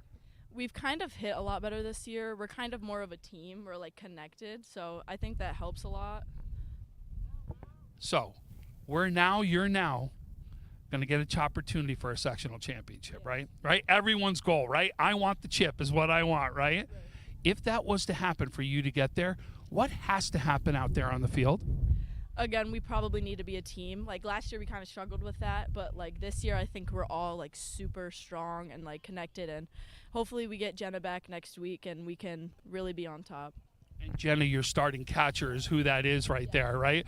So talk about right now, you obviously are strikeouts, right? You're going to come up there and you're going to deliver the strikeouts, right? How do you know on a day everything's working for you? I really don't. I kind of just wing it in the game, and I'm like, oh, okay, that's working, so we're going to keep doing it. There you go. Listen, big run. Can't wait to see how it plays out. No doubt Chautauqua Lake's going to be in the mix. Can't wait to see what happens. Good luck for the playoffs. Thank you. Great. I'm with Kendall Stewart of Randolph Softball. They are currently 13-1 in the regular season, number 2 seed in Class C. So Kendall, let's start with this. What's been the key to Randolph's success this season? We really just try to work as a team. We've been very fortunate enough to have everybody returning this season. We graduated nobody last year. So we've really been able to grow over these past 2 seasons and work together as a team. We've really came together as a team to win some very important games and big games this season. All right, so let's go back to last. You mentioned you didn't graduate anybody from last year's team. That team did fall in the semis to Falconer, who did move up this year. So take me back to that game that lost last year. What did you guys learn from it? What did you guys try to take into this season? We really learned from that game that going into playoffs, these games are going to be very tough and very close games. And we really need to, we've really been working on trying to execute. For example, we had a bunt, which was a very key play of the Falconer game that got caught and doubled off. So we've really been working on executing with bunts, and in close games, bunts are huge. We've also been working very hard on trying to get the bat on the ball and forcing other teams to make plays, because softball is a game of errors, so more balls in plays, the more opportunities we have to make plays on the offensive side. Only one loss in the season. With Falconer moving up, your 2 teams, not to take anything away from anyone else, but I think the 2 teams you probably are as your biggest opponents right now are Gowanda, who you split with, and then you beat Portville. So let's start with Gowanda. They're your only loss in the season. You later beat them. Walk me through those 2 games. Our first game this season with Gowanda, it was a close game. We ended up, I think, losing 3-1. They beat us by 2 runs. We really, on the mound, I think I just struggled for an inning, and we had just one bad inning that really set them apart that game. And it was to the point where we didn't have enough time to get our runs back. So, going into the second game with Gowanda, we knew that we had to jump right off the bat. scoring runs, making plays. And really the deciding factor between those games was the second game we didn't make any errors, which set us apart hugely, that second game from the first game. Keep going. Oh, sorry. And You're good. okay, so the game with Portville this season, we ended up playing them in the final game of a tournament, their tournament. The weather was not the greatest, but we really came to play that day. We knew that they were a solid team, one of the best in our area, and we really showed up. With our bats showed up, our field showed up. Our field worked behind me on the pitcher's mound. It was an overall team effort. It's very possible you'll face one or probably both of those teams in the sectional playoffs. What do you guys need to do in order to win those games? And obviously that would be you'd probably end up winning the Class C sectional title. What will it take for the Cardinals to do that? I think we just really have to get our bats going, right from the start, and keep them going feed off of each other.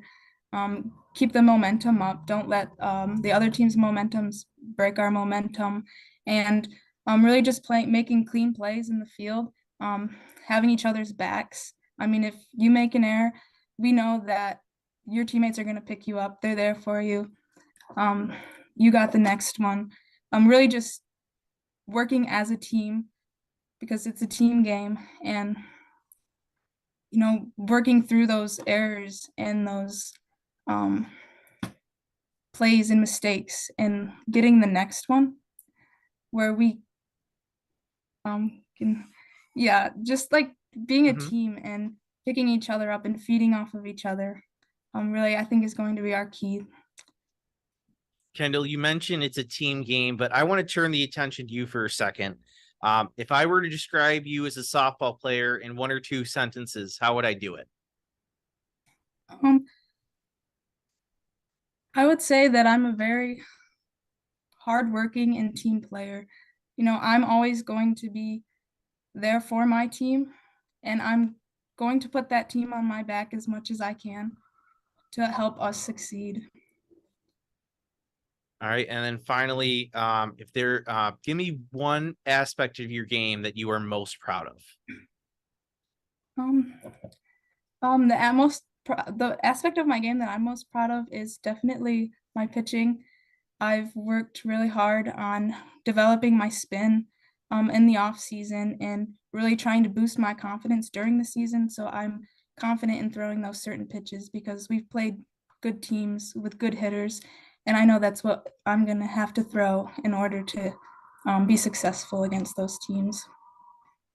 All right. Well, Kendall, we want to thank you for joining us, and we wish you good luck in sectionals. All right. Thank you.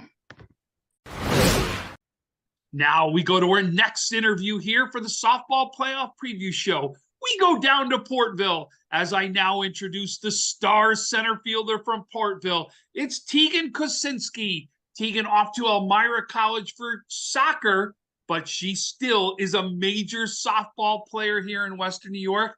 Tegan, thanks for joining me. Thank you for having me. Absolutely. So Tegan, this year, Portville, 13-4 on the season, 12-0 in league, and you lose one of the biggest players in Western New York on the mound. What had to be the thought process going into this season, knowing you lost such a big pitcher?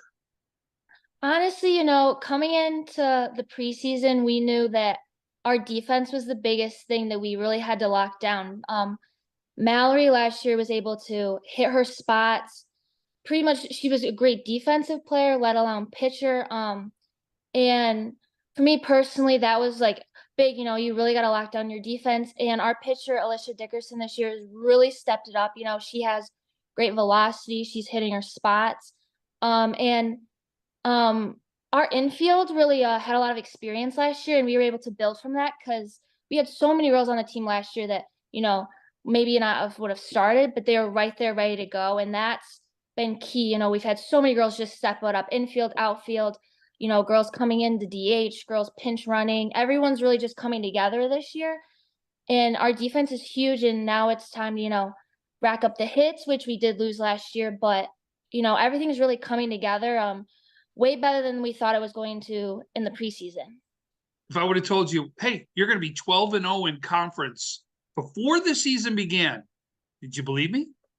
I don't know, looking in the beginning, it was like, what's it gonna be? But, I'm just so proud of our team this year and everything we've been able to accomplish so far. That's fantastic. That really is. So you personally had to also make one of the biggest adjustments on this team. Shortstop last year, center field this year. How do you make a transition like that and make it as smooth as you did? Well, I have to give a big thank you to my coach for that. He gives me confidence every single day, even if I'm not hitting great, I'm, struggling with throws, anything like that. Mr. Torrey, he's just special, and he does that to every player that's ever been in the program. And for me, I had to play shortstop last year, and that was challenging, learning the position and the communication, everything like that. And then this year, him saying, we need you to lock down the outfield for us. That was, to me, was like, I took that as like, I need for this team, that's what we need, and I'm going to do what's best for my team in any role. And for me, it's the communication. I'm constantly talking to literally everybody, and it's just great. I love being out there. I love the view that you have from center field. You can see everything. You can talk to everyone, base runners, anything like that. It's been an adjustment, but it's something I'm grateful for because it's developed me as a player and a person at the same time. Wow, that's fantastic. Anytime I talk Portville, the first thing that comes to mind is one of my little friends. Okay. And that's Colt down there. Talk about, for me, what Colt has done for that entire community down in Portville and just what it really means, because not only is he making that impact, his parents are a big part of that school. Just talk about Colt and kind of what Colt has meant to you. I don't think people realize the impact that he had on our community. When you have something so awful and so challenging at such a young age, it really shows everyone that, you need to be united for yourself and also for the people around you. Like getting that phone call, I bet his family was something they never wanted to hear. And our community really stepped it up. We had events, we had games dedicated, it was just something, it was special to be a part of. And I mean, that Colt, he's just one of a kind, and he's been able to put a smile on his face. Any chance you see him, even if it's a phone call, a Zoom, picture, it's great. And Mr. Matz and Mrs. Matz, they are by far some of the most amazing people I've ever had a chance. He coached me in soccer. And I'm just grateful that I was a part of that. For soccer, we wore orange wristbands during games. Softball, we've had, quote 45 on our t-shirts for our tournament. The baseball team always says orange. It's just, you drive down the town and there's always just a sign that says quote 45 strong, or you see a yellow and orange ribbon.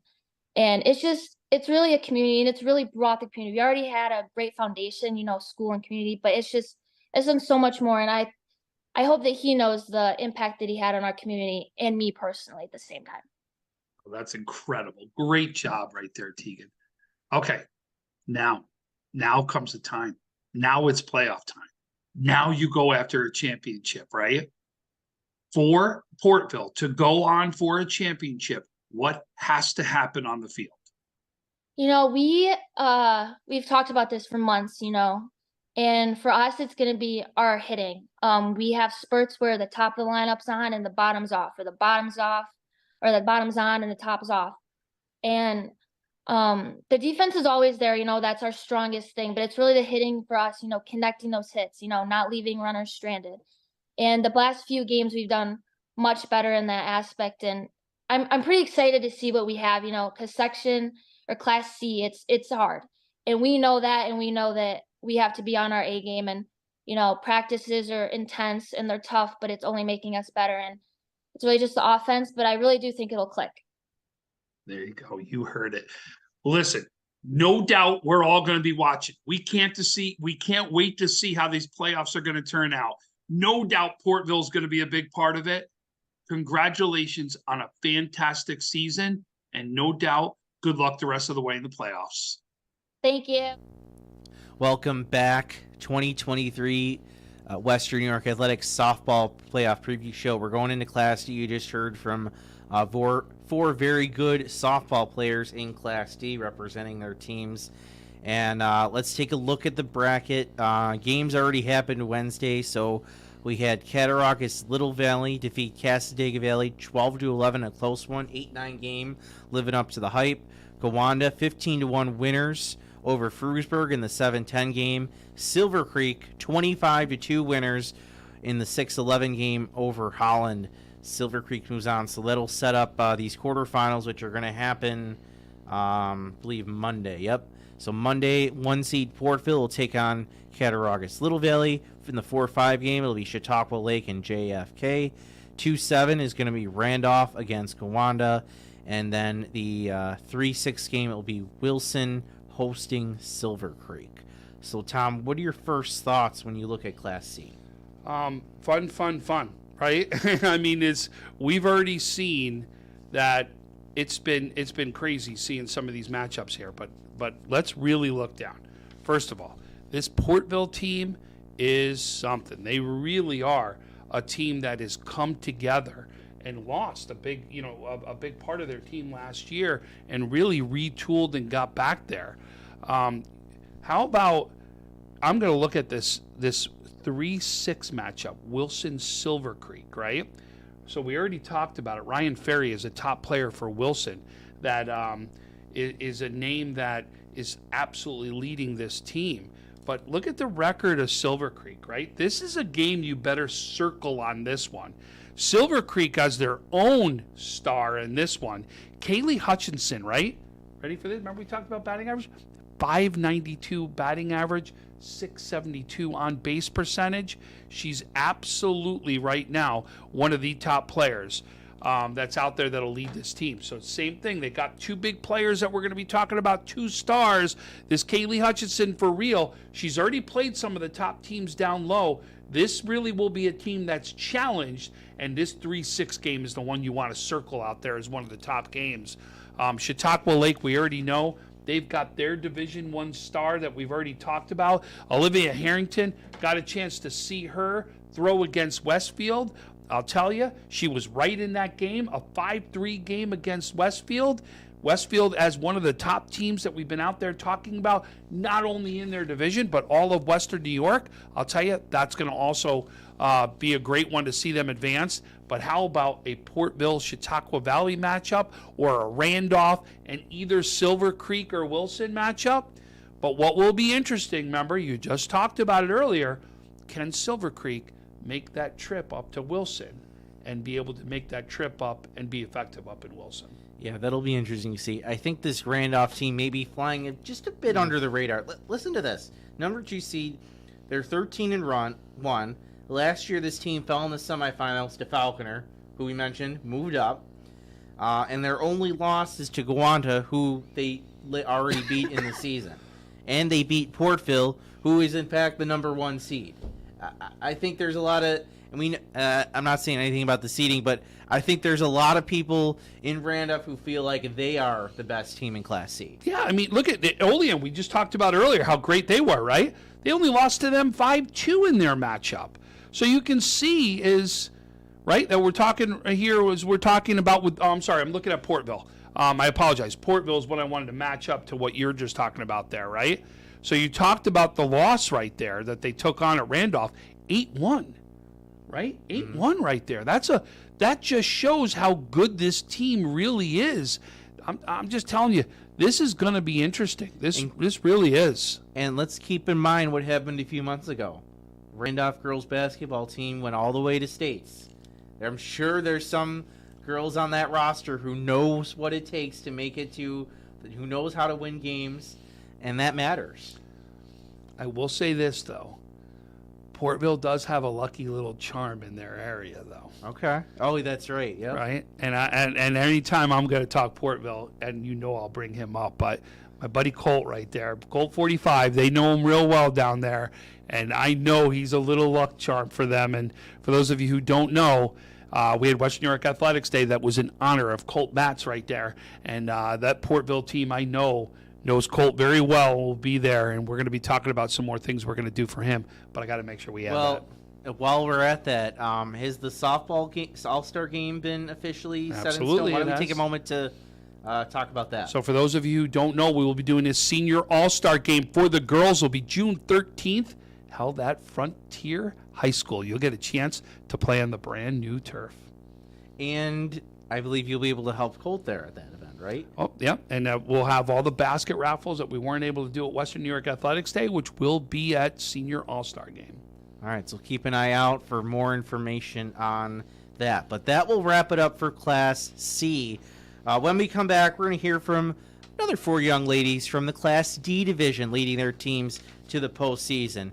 We have Haley Dello from Westfield, Mia Herman from Barker, Lauren Fescella from West Valley, and Haley Jazinski from North Collins. That's coming up next on the Western New York Athletics Softball Playoff Preview Show. Does he do car? Forget about it. How about home? Forget about it. Does he get good rates?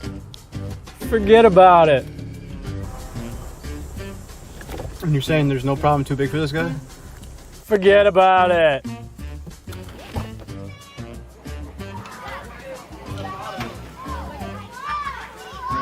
Paul, this is Johnny, the guy we've been talking about. Johnny, this is Paul Wolf. Mr. Wolf, it's nice to meet you. Thank you for the invite. Not a problem. It's Paul, not Mr. Wolf. Oh, sorry, Paul. Johnny, forget about it. For all your insurance needs, call 835-WOLF and...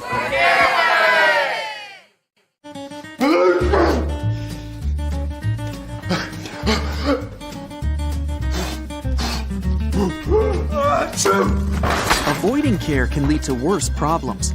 Don't delay care. We're here for you. When you're ready to buy a home, start your search at howardhanna.com. You'll be the first to see new listings, find similar properties, and connect with a local Howard Hanna agent. Get started today at howardhanna.com.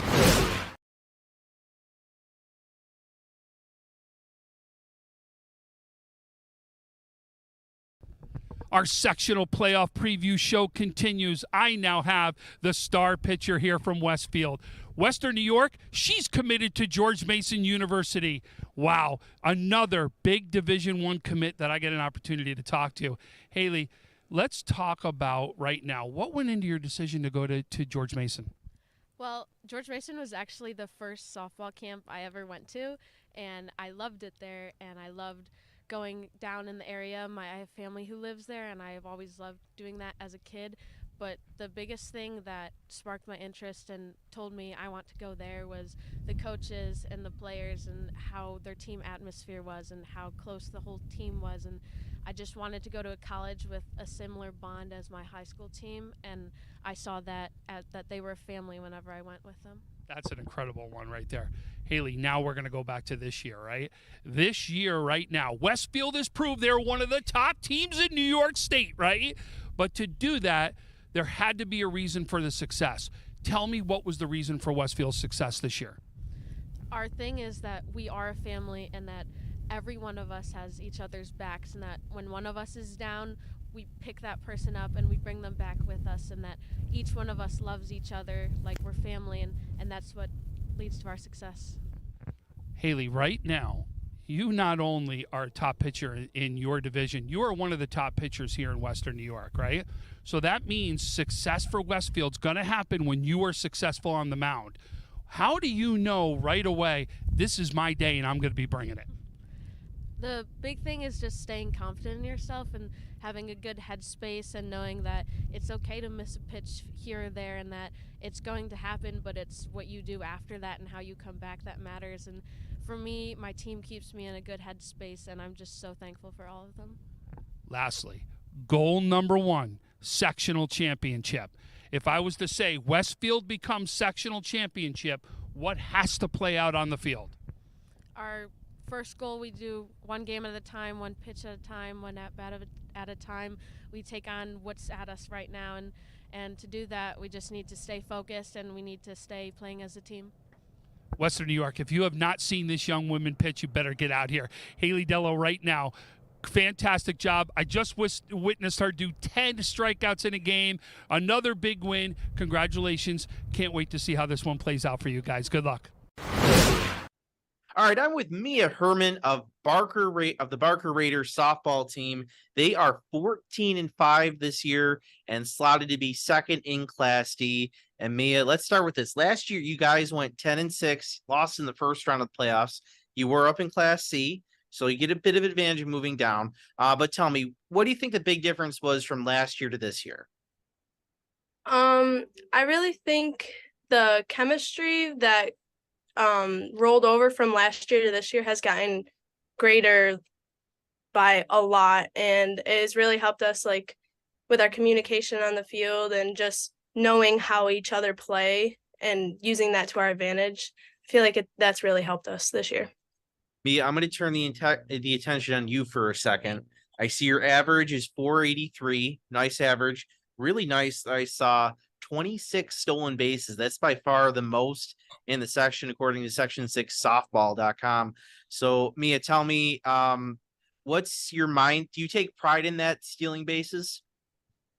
Yeah, yes, I really do. When I get up to bat, I'm just thinking automatically, like one of my coaches says, 2 out of the box. And if it's there, I just go. And if not, coach tells me just to go, and I just go as fast as I can.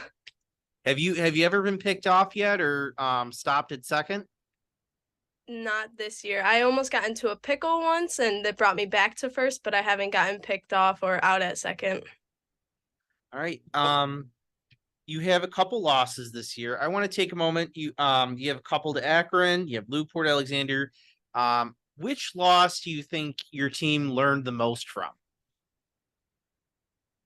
I think our first loss to Akron really gave us a mindset of we have to work harder at perfecting like our mistakes, because that was really what our first loss to Akron was. It was just our errors mentally and obviously physical, but it was a lot of mental errors, and that really pushed us to realize like we have to recognize what we're doing and make ourselves better.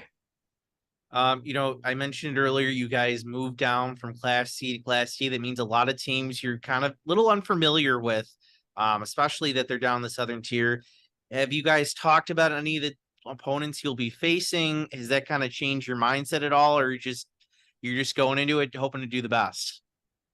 We really haven't talked much about the teams that we're facing. We just have, our coaches has just been saying we need to play our ball game, Barker softball, and just go out and do what we know how to do, and we should be fine, they say.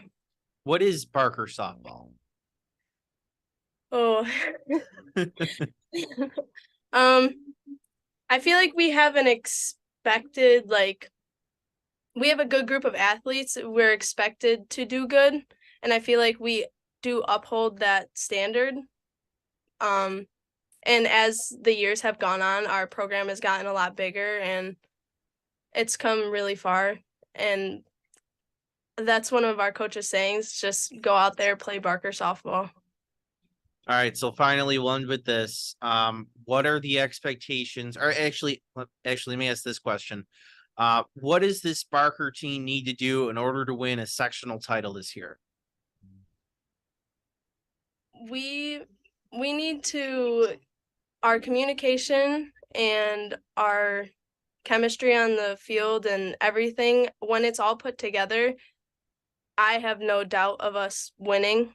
And people have off days, but for the most part, when we just come together and play how we know how to play, and we're up with each other and encouraging and everything, it just all comes together, and I feel like we will do 100% fine in sectionals. All right, Mia, thank you for joining us, and we wish you luck in this sectional season. Thank you. Our next interview, she comes from West Valley. She has got unbelievable statistics that we're going to be talking about. She's done it on the mound earlier. She's now the shortstop. She's one of the leaders as West Valley has now taken that program to new heights. Now I introduce to you Lauren Frischella. Lauren, thanks for joining me. Thank you for having me. Absolutely. So, Lauren, the first time I got a chance to hear your name, your coach reaches out to me and talks about you actually have a 21, we think it was a 21 strikeout game. It was unbelievable. I've read it once, I read it twice, I read it 3 times. You got to walk me through the game. Well, it was my sophomore year, and we had just gotten our team back at West Valley, and it was our very first game of the season. So 7 years we haven't had a team, and I just was throwing really good and hard, playing as well as I could.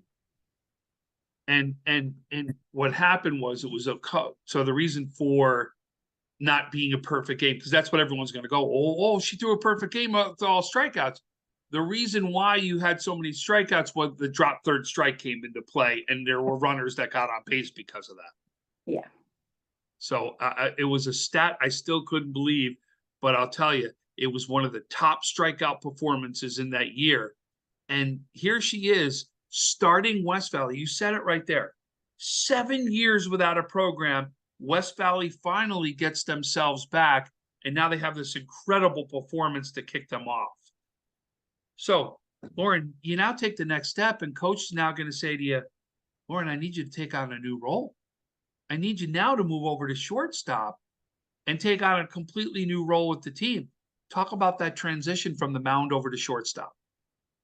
Well, I've always been able to switch back and forth. I love playing shortstop. It's one of my favorite positions. So when he said that, I was willing to take it on, and I was ready to help the team in a different way.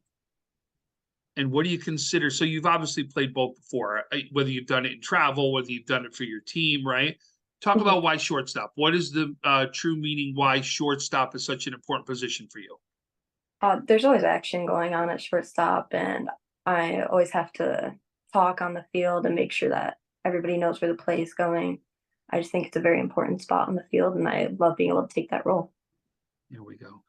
Lauren, you talked about this being a program that you are a part of the first day it comes back as a program in West Valley, where you are just West Valley by itself.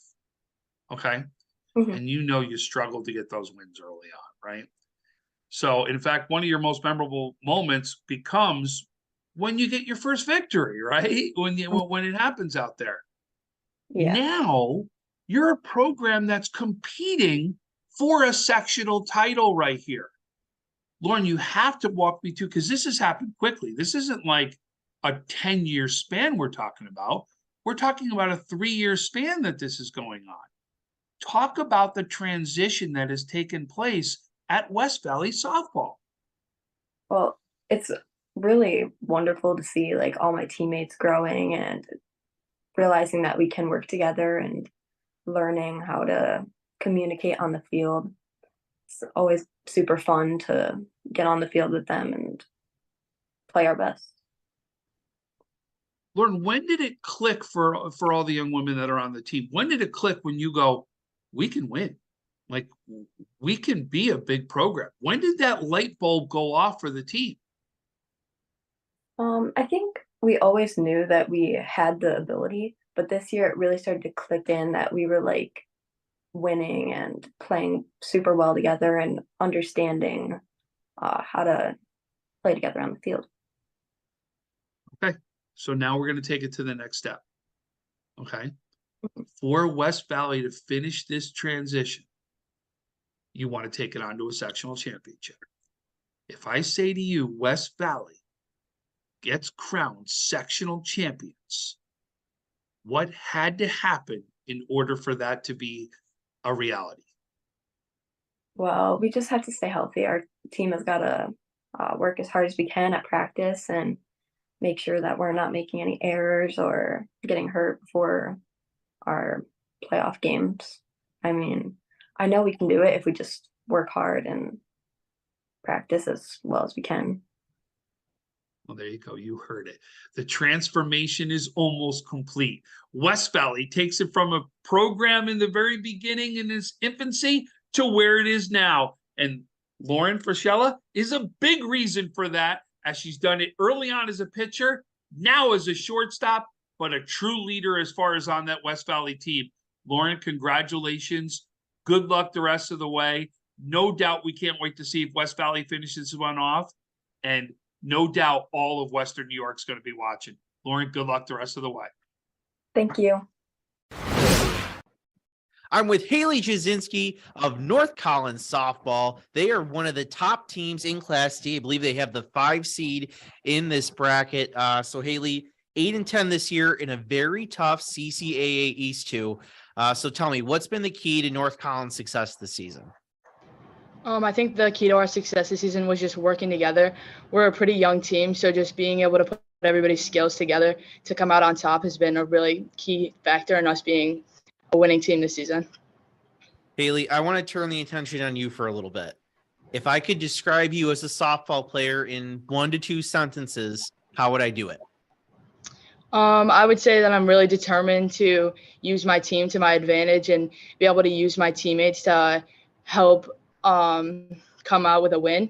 I think that it's a team effort, so I'm going to use my teammates and hopefully benefit from them and use my skills to be able to help out as much as I can. Is there one skill of yours that you're particularly proud of? I think this season, just being able to count on the people that are in front of me in the lineup to get on base and being able to hit them in and being able to score them has made us really successful. So I think me in the box has been really helpful. All right, I'm going to go back a little bit to last year. You lost to Ellicottville in the Class D semifinals. You split with them this year. Let's first start with this. What did you learn from last year's game, how you ended it, and what lessons did you take from that into this season? I think that last year they really were focusing on how I was hitting the ball and focusing on keeping me off the bases. So I think that that was like always in the back of my mind when we were playing them this year. So I knew what I had to do was put the ball on the ground in a gap somewhere and hopefully get on base.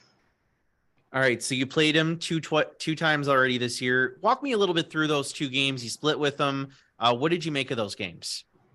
The first game I think was really like to get our heads up, like motivate us to keep going throughout the season. We came out with a win the first game. It was a tough game. We only won by 1 in the bottom of the 7th.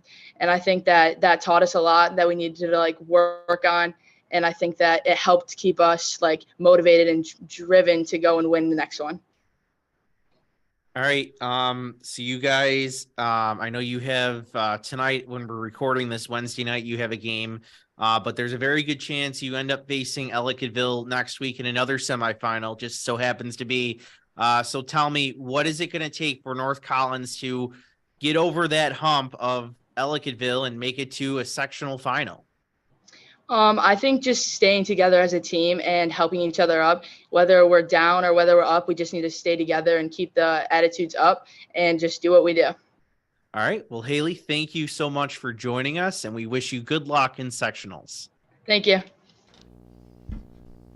Welcome back. 2023 softball playoff preview show on Western New York Athletics. Francis Beck, Tom Prince. And Tom, you look at this Class D, already started Wednesday. Let's go over those scores. So in the 8-9 game, another high scoring one, 20-16. Maple Grove beats Panama. North Collins as the 5 seed, they defeat Pine Valley 11-7. Forestville defeats Franklinville 4-1 in the 7-10 game, and then Sherman Clymer 22-2 winners over Brockton the 6-11. That'll set up for Monday in the quarterfinals. Westfield, the number 1 seed, is going to host Maple Grove. In the 4-5 game, it'll be North Collins at Ellicottville. Forestville is going to have a big trip up to Barker in the 2-7 game. Barker, the 2 seed. And then West Valley will host Sherman Clymer. Tom, you look at Class D. We know Westfield. I think it all starts with them. Who's probably going to be their biggest challenge? Westfield. Okay. Yeah. Listen, this team's for real. They really are. I mean, you've got your star pitcher right there, Haley Dello, who's off to George Mason. This team can hit. This team can field. This team can just do it all. This is going to be a tough team. It really will. This will be a tough out for anybody. I also want to bring up the West Valley team, the 3 seed. This team just became its own team just a few years ago, right? They weren't even winning a game. And now look at they're at a 3 seed and trying to go after a title. Love how far they've come in that program getting built as quick that it's been built.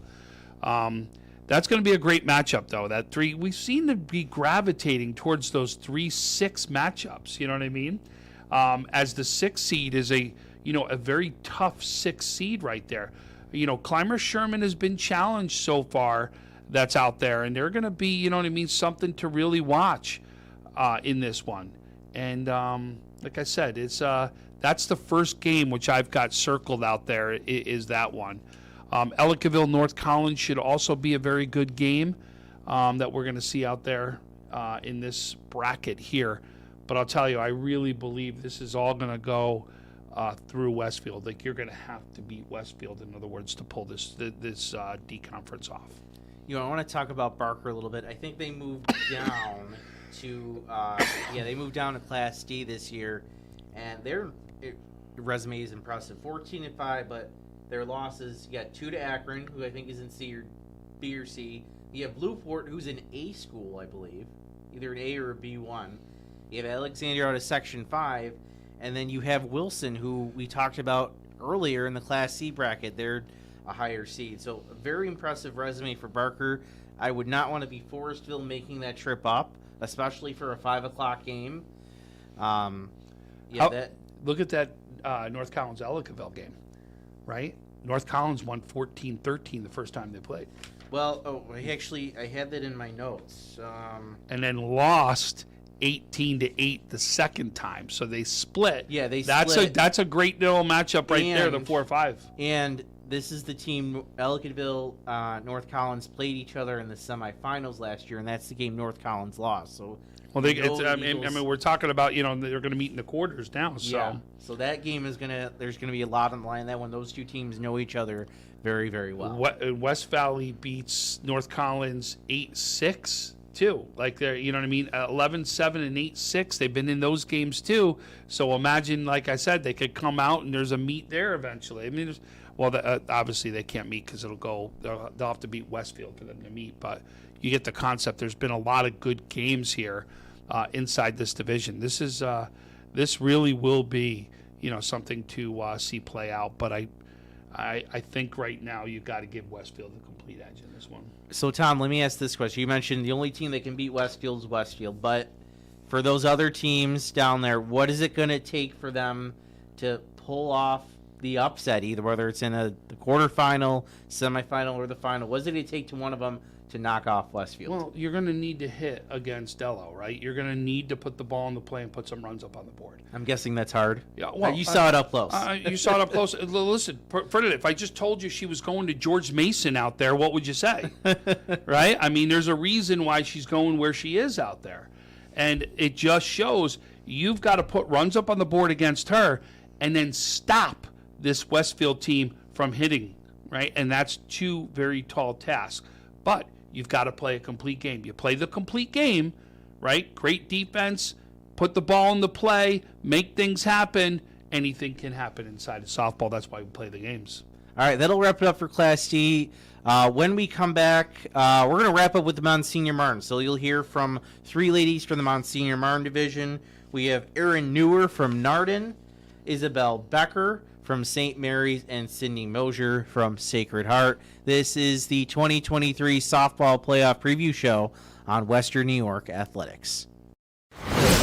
Western New York Immediate Care's new locations are now open. Whether you've suffered a minor injury or just aren't feeling well, Western New York Immediate Care provides safe, quick, high-quality care at an affordable cost. Our clinicians are trained to diagnose and treat non-life-threatening injuries and illnesses and are equipped with on-site x-ray and labs to help you feel better, faster. With 4 convenient locations open 7 days a week, Western New York Immediate Care is here to help when and where you need us. Visit us online to learn more. Do you insure a lot of businesses? Yes, we do. How about restaurants? We got a bunch. Do you cover property damage? Yes, we do. How about my equipment? Covered. How about sewer backup? We got it. What if my cook gets hurt? They're covered. Foodborne illnesses? Covered. What if my party tent goes down? Covered under property damage. And you say this is all under one policy? One policy. When do I pay? Once a month. Just one time? Just one. Is there anything you don't cover? What's your record for consecutive questions asked? 31. Tables.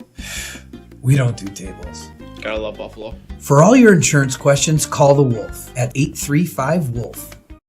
Logistics Plus is a global transportation provider headquartered in Erie, PA, with locations worldwide, including right here in Western New York. Logistics Plus is consistently recognized as a fast-growing transportation and logistics company, great supply chain partner, top freight broker, leading project cargo manager, and a great place to work. With a strong passion for excellence, our 500-plus employees put the plus in logistics. Call our Buffalo office today for an efficient, personal approach for all of your transportation needs.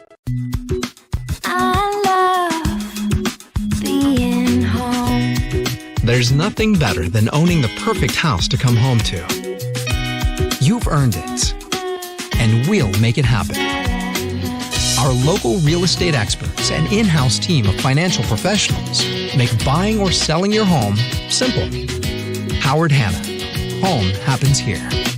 I love being home. Now we're gonna go to the Monsignor Martin division as I introduce Aaron Newer to the show right now. Aaron, congratulations first of all on a great year so far, but the big congratulations is right over your shoulder as you are going to be going to Tennessee next year. What a great commit and what a great opportunity to bring more eyes on Western New York. Congratulations. Thank you so much. So Aaron, what went into the decision? Why Tennessee? How did that come about? Yeah, so I went on a couple visits around like the October time, September in the fall, and I took 3 different visits, and I went to Tennessee as my last visit. And I went to a camp a couple months before that, and I knew that like I kind of really liked it. And then when I got called in September to get asked to come on a visit, like I was ecstatic and I was super excited. And I took my visits and like I narrowed it down and just wanted to see like where I could see myself living and just where I felt the vibe was right. And Tennessee just happened, like it fit everything that I needed. I connected with the coaches great. The girls were amazing. The campus is beautiful. Like every single checkbox they hit it. And I fell in love as soon as I was there. Aaron, if I'm correct, we actually have had somebody from go to Tennessee here in Western New York a couple years ago. Am I correct? Yeah, Katie Weimer, she was a catcher. She went to UB and then she went to Tennessee. Correct. And Orchard Park grad is where she was. Yep. So Aaron, this year has been so far a fantastic year. You guys are off to a 13-1 record so far, 5-1 in the division. Please tell me what has gone right for Narden. Honestly, team bonding I think has been key. Like all the girls are closer than ever this year. Like we all get along so well. And I think that like our hitting has been great. Like we've been putting up so many runs in every single game, and it didn't really matter like the team. And we've just been stringing along hits together and just working together as a team, I think has really put Narden to be like top, I think. Obviously, you on the mound has made a big difference too. I mean, you've had a fantastic year. Like we're not going to sugarcoat it. We know that you've had a fantastic year. Thank you. But if Narden is going to go win the Monsignor Martin division, what has to happen on the field for that to happen? I think that the communication on the field is just mainly what's important. I think with balls being hit, I think that our communication is key, which we have been working on as a team. And I think that just making sure that we have each other's back at all times, and then knowing that everyone's ready for that play at the exact same time, and we're all in it to win, which I think we are. So Narden, St. Mary's, they've now split on the season. Okay. So what went well in the first game that didn't happen in the second game that you've got to be able to get back? Well, right now we have a lot of injuries. We have a lot of people out. I think we have 6 girls that are playing with injuries, and it's been a struggle, honestly, like trying to make sure that we have enough people that can all go in and make sure that everyone's healed. So I think that this week we really got to take care of ourselves, because the first week everyone was healthy. It was beginning of the season, but now we're starting to get tired. So I think that we just really need to heal up this week, and next week being playoffs, like we really just gotta make sure that we're taking care of our bodies, I think, is the main thing. Well, Erin, listen. Good luck the rest of the way. Great job on a senior season.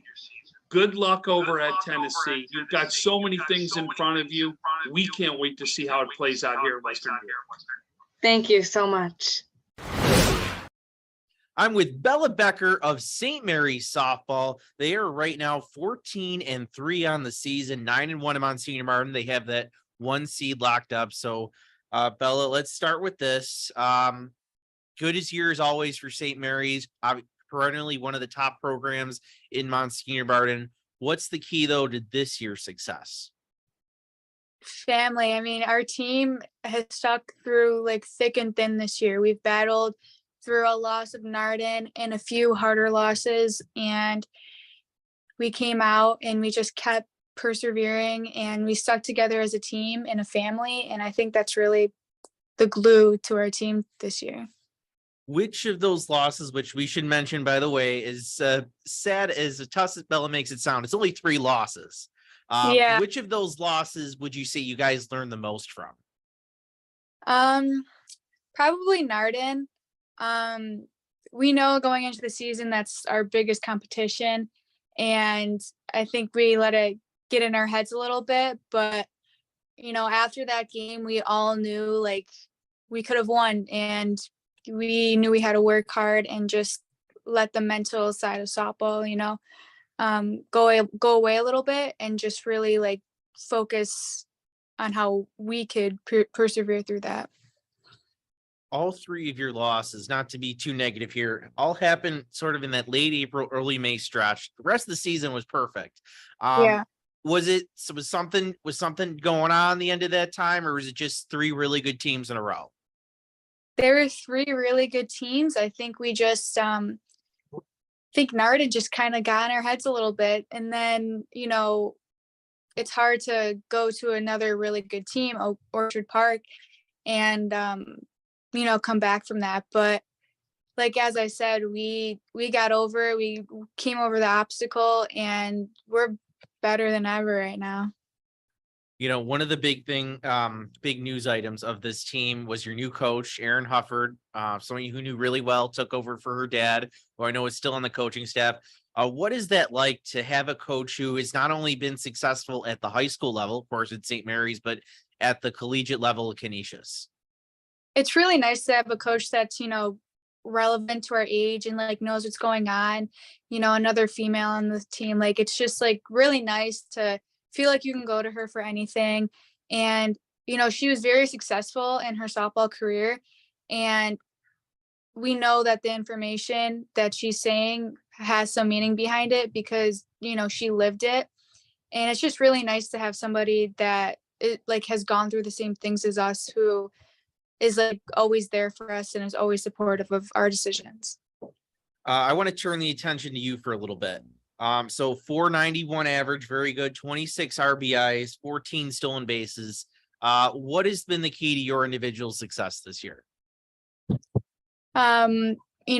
Creating a plan going into the box and knowing that my teammates are behind me. I mean, they really keep me grounded and keep me like ready to go to the next play, ready to hit the next ball. Like, they're always right there next to me, and I think they really helped me to be where I am today. If I could describe Isabella Becker, excuse me, as a softball player in 1 to 2 sentences, how would I do it? I would say I have great leadership, and very aggressive and ready to have a fun time. I just love having fun out on the bases and out with my team. What aspect of your game are you most proud of? I think my hitting has come pretty well. And I think, my attitude towards the game and my teammates has really changed since I was younger. I think that's what I'm really proud of, is like who I'm becoming as a person mentally and like towards my teammates. I've just really worked on it throughout the years and realized that having my teammates by my side is more important than my personal goals on the team. All right, and finally, the big question. Obviously, you guys won a Monsignor Martin title this year. We know that's the expectations, but you guys made it to that state final last year. What is it going to take for St. Mary's to win a state championship this year? Staying together. I think we already got that on lockdown. Like, we're always like right by our sides and just staying in the game mentally. I think that's something that's really big on our team. And I think that's going to help us the most, is just staying there mentally through every play, every at bat, everything. All right. Well, Bella, thank you for joining us, and we wish you luck in the playoffs. Thank you. Our next interview comes again from the Monsignor Martin Conference, as now we go to Sacred Heart and Sacred Heart's catcher, Sydney Mosier. Sydney, you are having a fantastic year behind the dish, and now you actually come up with a huge win as of last night, which was big for Sacred Heart.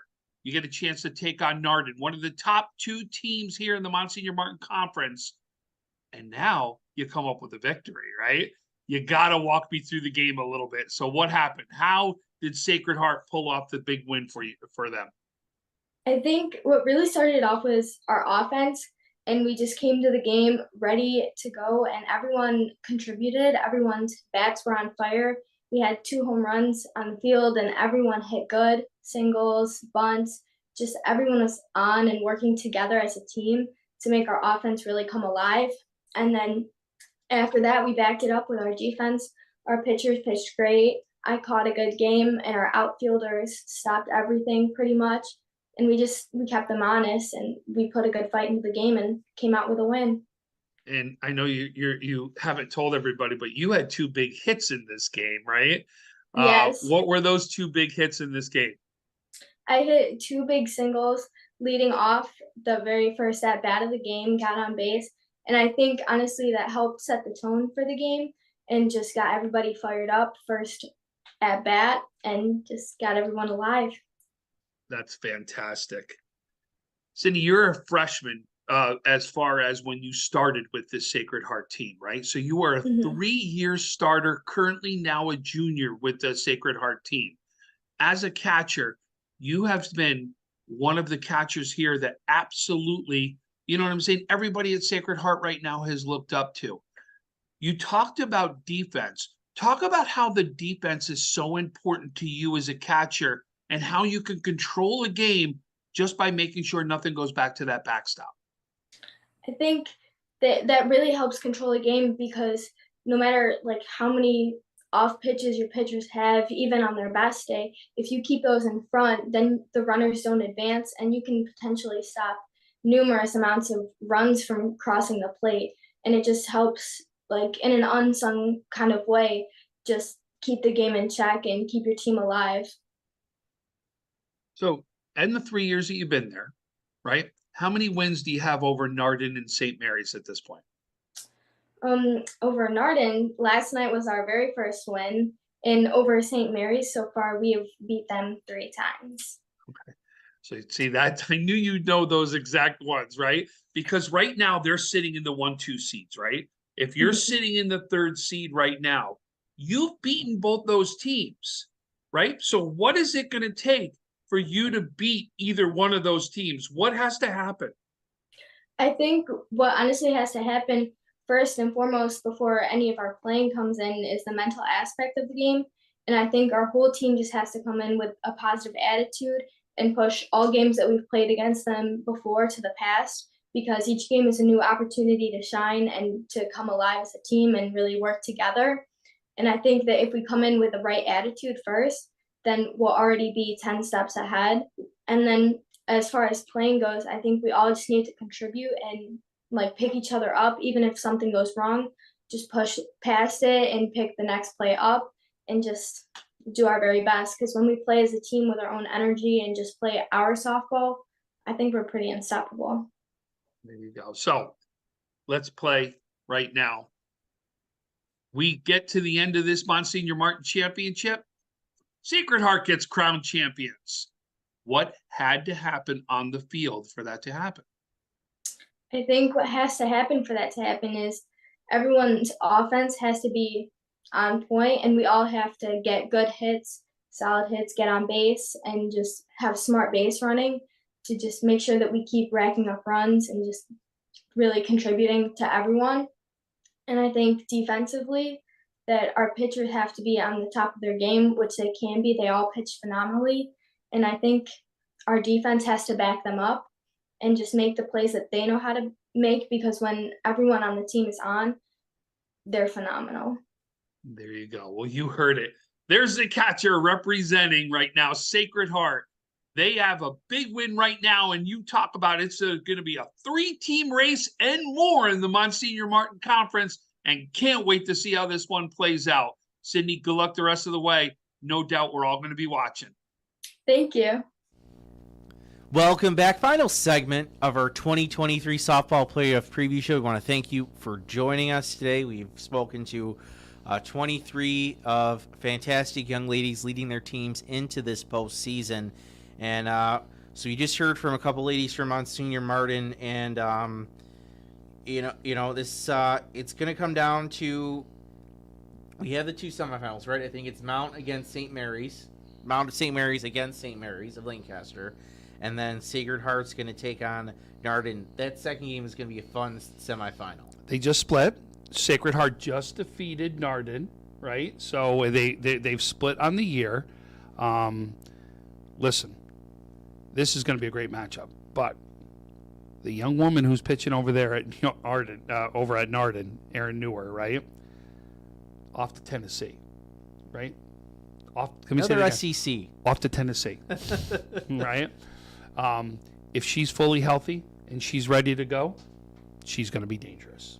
That is a tough young woman to beat. You could be talking legitimately as one of the, if not the top pitcher in Western New York. She's that good. And she's that good. Tom, we can't go any longer without talking about St. Mary's, the defending champs. They made it to the state Catholic championship last year, which I think was their first time in history they made it that far. Now remember, they split with Narden too, yeah. Right? But man, when I saw this St. Mary's team play against Depew, and it was a clinic on how to put the ball in the play and hit the ball hard. Clinic. Absolute clinic.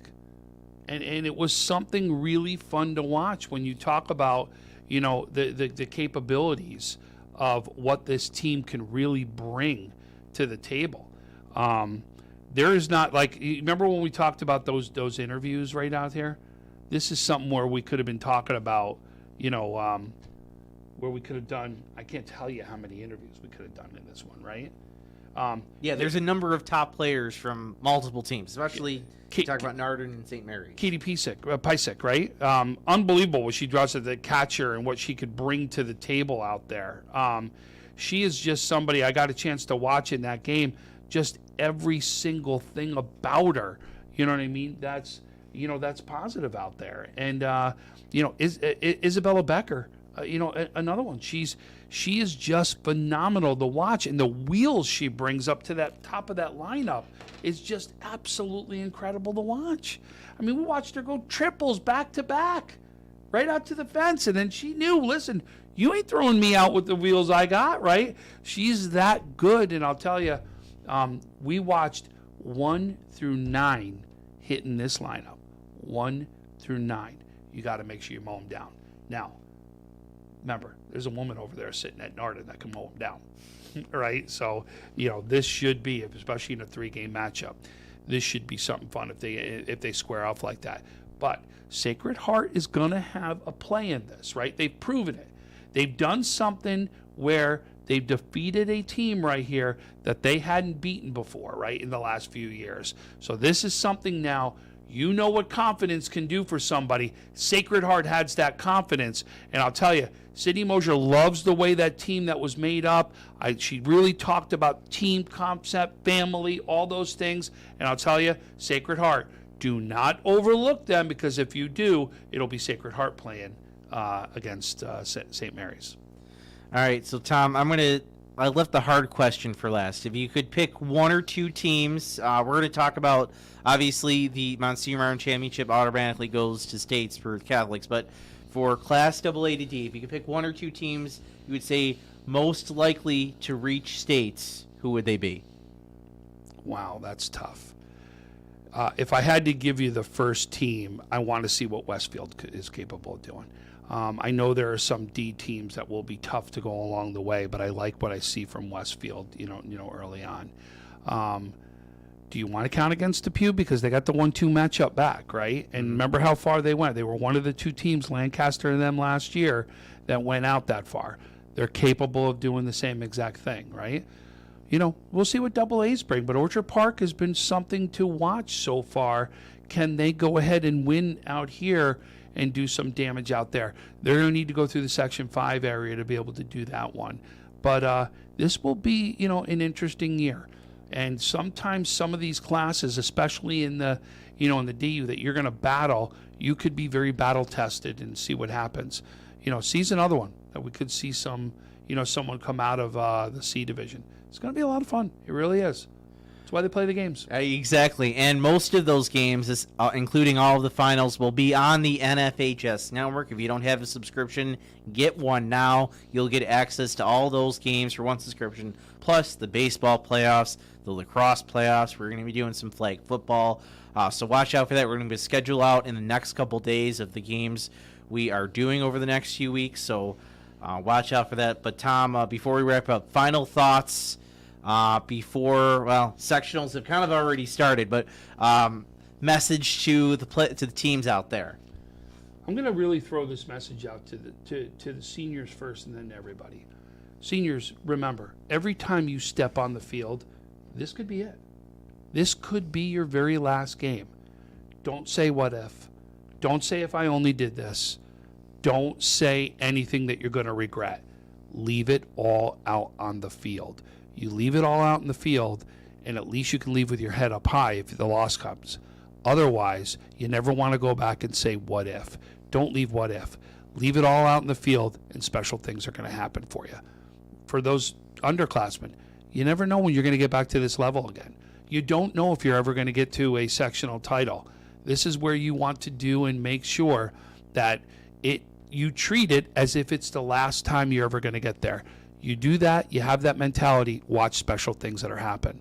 Western New York, softball. This has really been about you tonight. You got your day. And it actually happened on a day that is actually very special. Today's the day that we actually said goodbye to Roger Weiss, who, as you know, has been one of your biggest supporters when it comes to softball out there. He really has been one of the top supporters, and he really has been an advocate for your game. And today, you got your day on his day. And I just think that really was something special to bring it all together. Roger, we miss you. Roger, we love you. Roger, you're still on our mind. And today was proof in the pudding, because today, on your day, it's all about softball. Tom, I can't say anything better. That'll wrap it up for us on our 2023 softball playoff preview show. More content coming up on Western New York Athletics, and for all of us at Western New York Athletics, including Tom Prince, Heidi Gunther, our producer, I'm Francis Beck. We'll finish this one off with a morning, y'all.